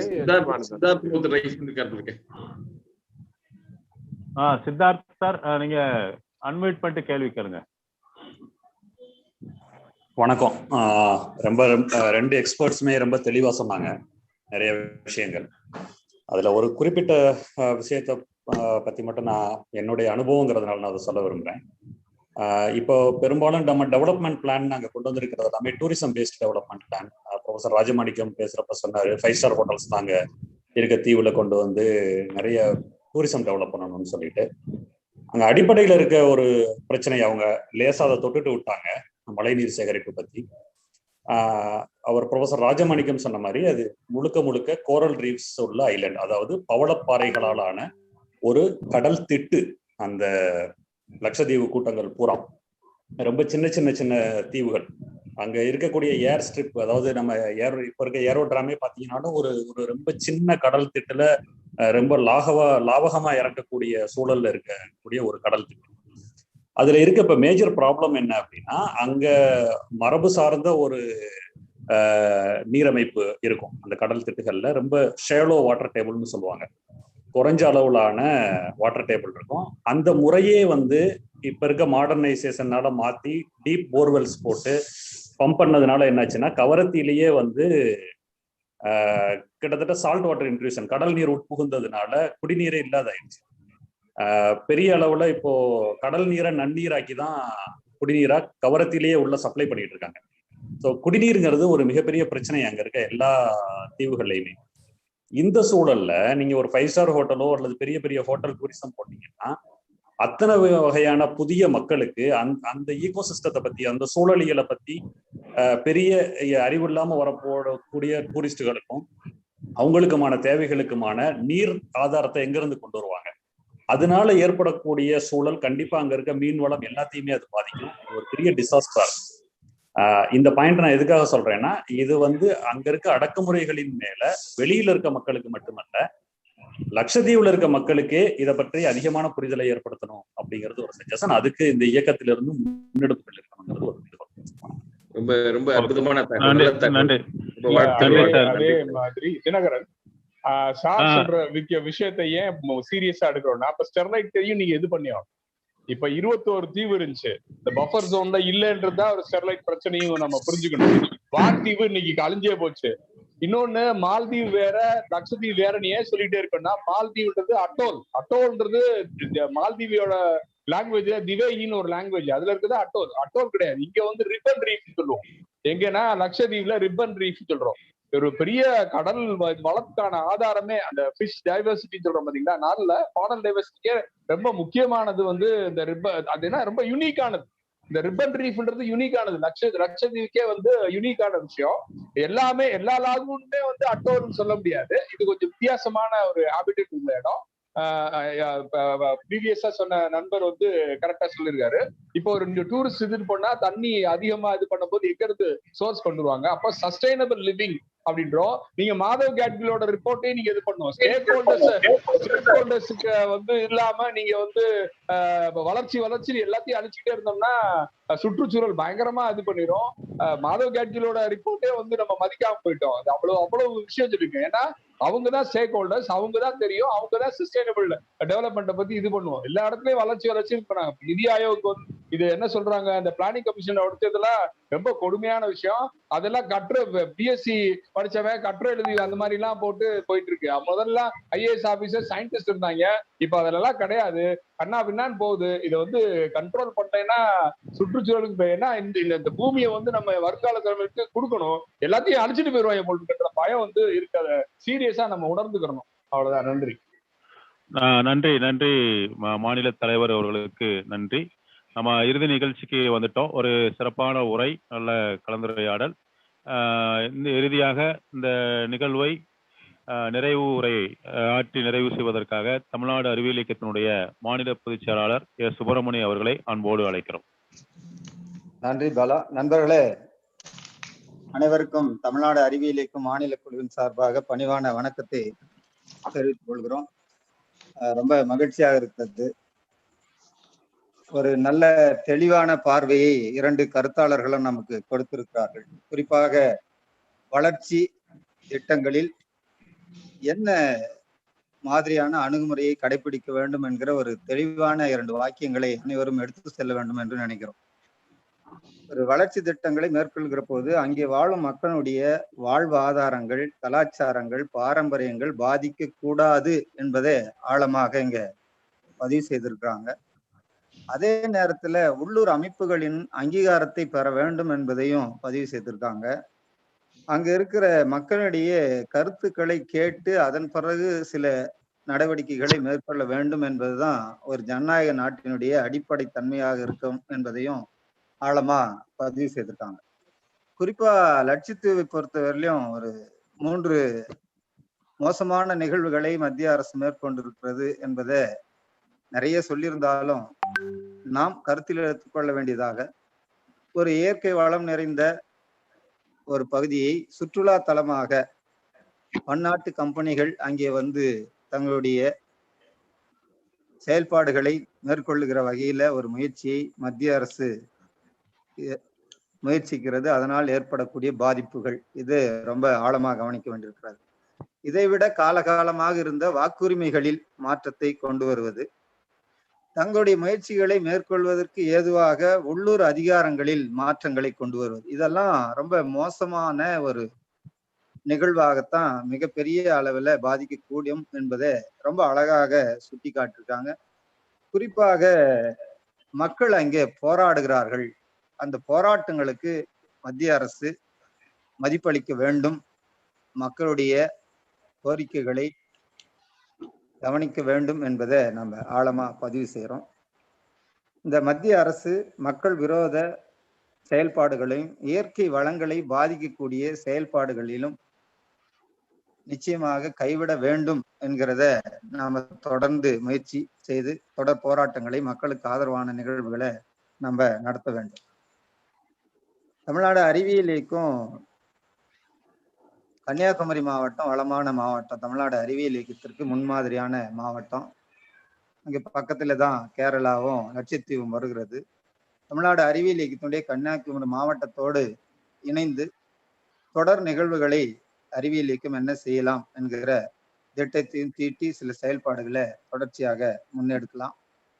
குறிப்பாக நேரம் கடந்து விட்டதுனால இந்த 2 ஆளுமைகள் டாக்டர் K.V. தாமஸ் அவர்களும் அகில இந்திய அறிவியல் கூட்டமைப்பினுடைய பொதுச் செயலாளர் பேராசிரியர் ராஜமாணிக்கம் அவர்களும் தமிழ்நாடு அறிவியல் இயக்கம் தினசரி தன்னுடைய செயல்பாடுகளை 6 முதல் 7:30 மணி வரையில ஒவ்வொரு நாளும் ஒரு கருத்தரங்கை நடத்தி கொண்டிருக்கிறோம். 6 உபக்குழுக்களாக பிரிந்து பல தரப்பினர்களுக்கும் தேவையான கருத்துக்களை கொண்டு சென்றிருக்கிறோம். அந்த வகையில இன்றைக்கு இந்த 2ஆம் அலைவரிசை கொரோனாவுடைய 2ஆம் அலையில முதல் நிகழ்வாக வளர்ச்சி உபக்குழு முன்னெடுத்திருக்கிற விழிப்புணர்வு கருத்தரங்கத்திற்கு வந்து பேசியமைக்காக அவர்கள் 2 பேருக்கும் நன்றி தெரிவித்துக் கொள்கிறோம். அதே போல ஏராளமான நபர்களை இந்த நிகழ்வில பங்கேற்க செய்து மிக சிறப்பான முறையில நிகழ்ச்சியை ஒருங்கிணைத்துக் கொண்டிருக்கிற தமிழ்நாடு அறிவியல் இயக்கத்தினுடைய வளர்ச்சி குழு ஒருங்கிணைப்பாளர் பேராசிரியர் சுகுமார் அவர்களுக்கும் இணை ஒருங்கிணைப்பாளராகவும் முழுநேர ஊழியராகவும் இருந்து செயல்பட்டு கொண்டிருக்கிற நண்பர் ஸ்ரீபன்நாதன் மற்றும் பாலகிருஷ்ணன் அவர்களுக்கும் மாநில குழுவின் சார்பாக பாராட்டுக்களை தெரிவித்துக் கொள்கிறோம். நண்பர்களே, தமிழ்நாடு அறிவியல் இயக்கம் தினசரி 6 மணி முதல் 7:30 மணி வரையில் மாநில நிகழ்வாக பல தலைப்புகளை கருத்தரங்கை நடத்தி கொண்டிருக்கிறது. ஒவ்வொரு நாளும் ஒவ்வொரு துறைக்காக ஒதுக்கப்பட்டிருக்கிறது. நம்ம தமிழ்நாடு அறிவியல் இயக்கத்துல 6 உபக்குழுக்கள் இயங்குகிறது. அதுல வெளியீடு உபக்குழுக்காக ஒரு நாள், புத்தகங்களை அறிமுகப்படுத்துவதற்கு சிறந்த புத்தகங்களையும் அந்த புத்தகங்கள் மூலமாக நாம் பெற வேண்டிய திறன்களை உள்ளடக்கியதாக ஒரு நாளை ஒதுக்கி இருக்கிறோம். பெண்களை ஆற்றல் படுத்துவதற்காக சமம் உபக்குழு இயங்குகிறது. அதற்கு ஒரு நாளை ஒதுக்கி அவர்கள் வாரந்தோறும் நடத்தி கொண்டிருக்கிறார்கள். அறிவியல் பிரச்சாரம் என்கிற உபக்குழு ஒரு நாளை எடுத்து அதில் ஒரு நாளை நடத்தி கொண்டிருக்கிறோம். அதே மாதிரி கல்விக்காக ஒரு நாளும், இளைஞர்களை ஆற்றுப்படுத்துவதற்காக ஒரு நாளும், இப்படி ஒவ்வொரு நாளும் நிகழ்வுகளை மாலை 6 முதல் 7 மணி வரையில் நடத்தி கொண்டிருக்கிறோம். அந்த வளர்ச்சி உபக்குழு இன்றைக்கு சிறப்பான முறையில் தொடங்கி இருக்கிறது. எல்லா நாட்களிலும் இங்கே புதிதாக இன்றைக்கு இணைந்து இருப்பவர்களும் இதே ஜூம் செயலி மூலமாக மாலை நேரங்களில் எங்களோடு இணைந்து உங்களுடைய கருத்துக்களையும் ஆதரவையும் வழங்க வேண்டும் என்று கேட்டுக்கொண்டு சிறப்பான முறையில இந்த நிகழ்ச்சியை ஒருங்கிணைத்த அனைவருக்கும் தமிழ்நாடு அறிவியல் இயக்கத்தினுடைய மாநில நிர்வாகிகள், மாவட்ட பொறுப்பாளர்கள், கிளை பொறுப்பாளர்கள் உள்ளிட்ட அனைவருக்கும் குழுவின் சார்பாக வாழ்த்துக்களை கூறி முடிக்கிறேன். நன்றி நண்பர்களே, நன்றி. நன்றி மாநில பொதுச் செயலாளர் அவர்களுக்கு. உண்மையிலேயே நம்ம தொடர்ச்சியாக நிகழ்வுகளை நடத்தி கொண்டிருக்கிறோம். அறிவியல் பார்வையை ஏற்படுத்தும் வகையில் நடத்தி கொண்டிருக்கிறோம். இறுதியாக தமிழ்நாடு அறிவியல் இயக்கத்தினுடைய மாநில பொருளாளர் மதிப்பிற்குரிய ஜீவானந்தம் அவர்கள் நன்றியுரை வழங்குமாறு அன்போடு கேட்டுக்கொள்கிறோம்.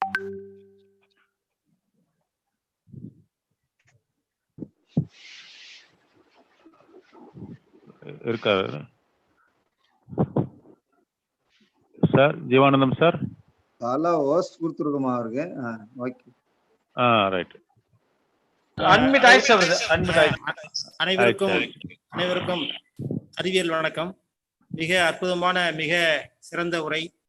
லட்சத்தீவுகள் குறித்து நாம் தெரியாத பல்வேறு புதிய புதிய தகவல்களை டாக்டர் தாமஸ் அவர்களும் நம்முடைய பி ராஜமாணிக்கம் பேராசிரியர் ராஜமாணிக்கம் அவர்களும் மிக ஆழமாக அழுத்தமாக நமக்கு சொல்லியிருக்கிறார்கள். அதெல்லாம் நாம் தெரிந்து பயனிடக்கூடிய பல்வேறு தகவலாக உள்ளது. பக்கத்தில் இருக்கக்கூடிய இந்த தீவுகளில் இவ்வளவு பிரச்சனைகள் உள்ளதா என்பதை பற்றி நாம் ஆழமாக சிந்தித்து செயல் வேண்டியிருக்கிறது. அந்த சூழல், தீவினுடைய சூழல் பாதிக்கக்கூடிய வகையில் அரசு இருக்கக்கூடிய பல்வேறு மோசமான நடவடிக்கைகள், அந்த எக்கோசிஸ்டம், மக்களுடைய வாழ்வாதார முறைகள் பாதிக்கக்கூடிய வகையில் இருக்கிறது. தொடர்ச்சியாக நம்முடைய ஆல் இந்தியா அகில இந்திய அமைப்பு தொடர்ச்சியாக எதிர்க்க வேண்டும். நாமும் தொடர்ச்சியாக எதிர்க்க வேண்டும். சயின்டிஸ்ட் தாமஸ் அவர்கள் மிக ஆழமாக பல்வேறு செய்திகளை நமக்கு தெரியாத புதிய புதிய தகவலை தெரிவித்தார்கள். அதே மாதிரி நம்முடைய all India secretary P Rajamanickam அவர்களும் பல்வேறு செய்திகளை நமக்கு தெரிவித்தார்கள். அனைத்தும் நமக்கு நிறைய நண்பர்களுக்கு அது புதிய புதிய செய்திகளாக இருக்கும். இப்படி எங்கெங்கே உரிமைகள் மீறப்படுகிறதோ அங்கெல்லாம் தமிழ்நாடு அறிவியல் இயக்கமும் அகில இந்திய அமைப்பும் தலையிட்டு உடனடியாக அதுக்கான பிரச்சனைகளுக்கு தீர்வு காண்பதற்கான முயற்சிகளை நாம் மேற்கொள்ள வேண்டும். அந்த அடிப்படையில் இந்த கூட்டம் மிக சிறப்பான கூட்டமாக அமைந்திருக்கிறது. இந்த கூட்டத்திற்கு தலைமை வைத்த தமிழ்நாடு அறிவியல் இயக்கத்தினுடைய மாநில தலைவர் முனைவர் தினகரன் அவர்களுக்கும், வரவேற்புரையாற்றிய நம்முடைய மாநில செயலாளர் ஸ்ரீகுநாதன் அவர்களுக்கும், துவக்குரையாற்றி பல்வேறு செய்திகளை, லட்சத்தீவு குறித்து பல்வேறு செய்திகளை தெரிவித்த முனைவர் சுகுமாரன் அவர்களுக்கும், நம்முடைய சிறப்பான பல்வேறு உரையாற்றிய டாக்டர் K.V. தாமஸ், நம்முடைய முனைவர் P ராஜமாணிக்கம் அவர்களுக்கும், நிறைவுரையாற்றிய மாநில பொதுச் செயலாளர் சுப்பிரமணியன் அவர்களுக்கும், இந்த நிகழ்வை மிக சிறப்பான முறையில் ஒருங்கிணைப்பு செய்த S.T. பாலகிருஷ்ணன் அவர்களுக்கும், இணையவழி ஒருங்கிணைப்பை மிக சிறப்பாக செய்த முகமது பாஷா அவர்களுக்கும், பல்வேறு அமைப்புகளிலிருந்து இந்த நிகழ்வில் கலந்து கொண்டுள்ள அறிவியல் இயக்க ஆர்வலர்களுக்கும், அறிவியல் இயக்க அறிஞர்களுக்கும், பொதுமக்களுக்கும், ஆசிரியர்களுக்கும், நம்முடைய அமைப்பினுடைய பல்வேறு பகுதிகளை சார்ந்த தலைவர்களுக்கும், மாநில மண்டல மாவட்ட நிர்வாகிகளுக்கும், உறுப்பினர்களுக்கும் தமிழ்நாடு அறிவியல் இயக்கத்தின் சார்பாக நெஞ்சார்ந்த நன்றிகளையும் வாழ்த்துக்களையும் தெரிவித்து நிகழ்ச்சியை நிறைவு செய்கிறோம். நன்றி, வணக்கம். நன்றி மாநில பொருளாளர் அவர்களுக்கு. இந்தியாவினுடைய பன்முகத்தன்மையை காப்போம், தொடர்ந்து இணைவோம், தொடர்ந்து இயங்குவோம். நன்றி. இந்த நிகழ்ச்சி இத்தோடு நிறைவு பெறுகிறது. நன்றி, வணக்கம். எல்லோருக்கும் நன்றி நண்பர்களே. நன்றி நண்பர்கள். நாளை இணைவோம். நன்றி நன்றி அனைவருக்கும் நன்றி நன்றி நன்றி அனைவருக்கும் நன்றி. தளபதி முகத்துல ஒரு சிரிப்பு. தளபதி முகம் ஒரே புன்முறுவலா போச்சா.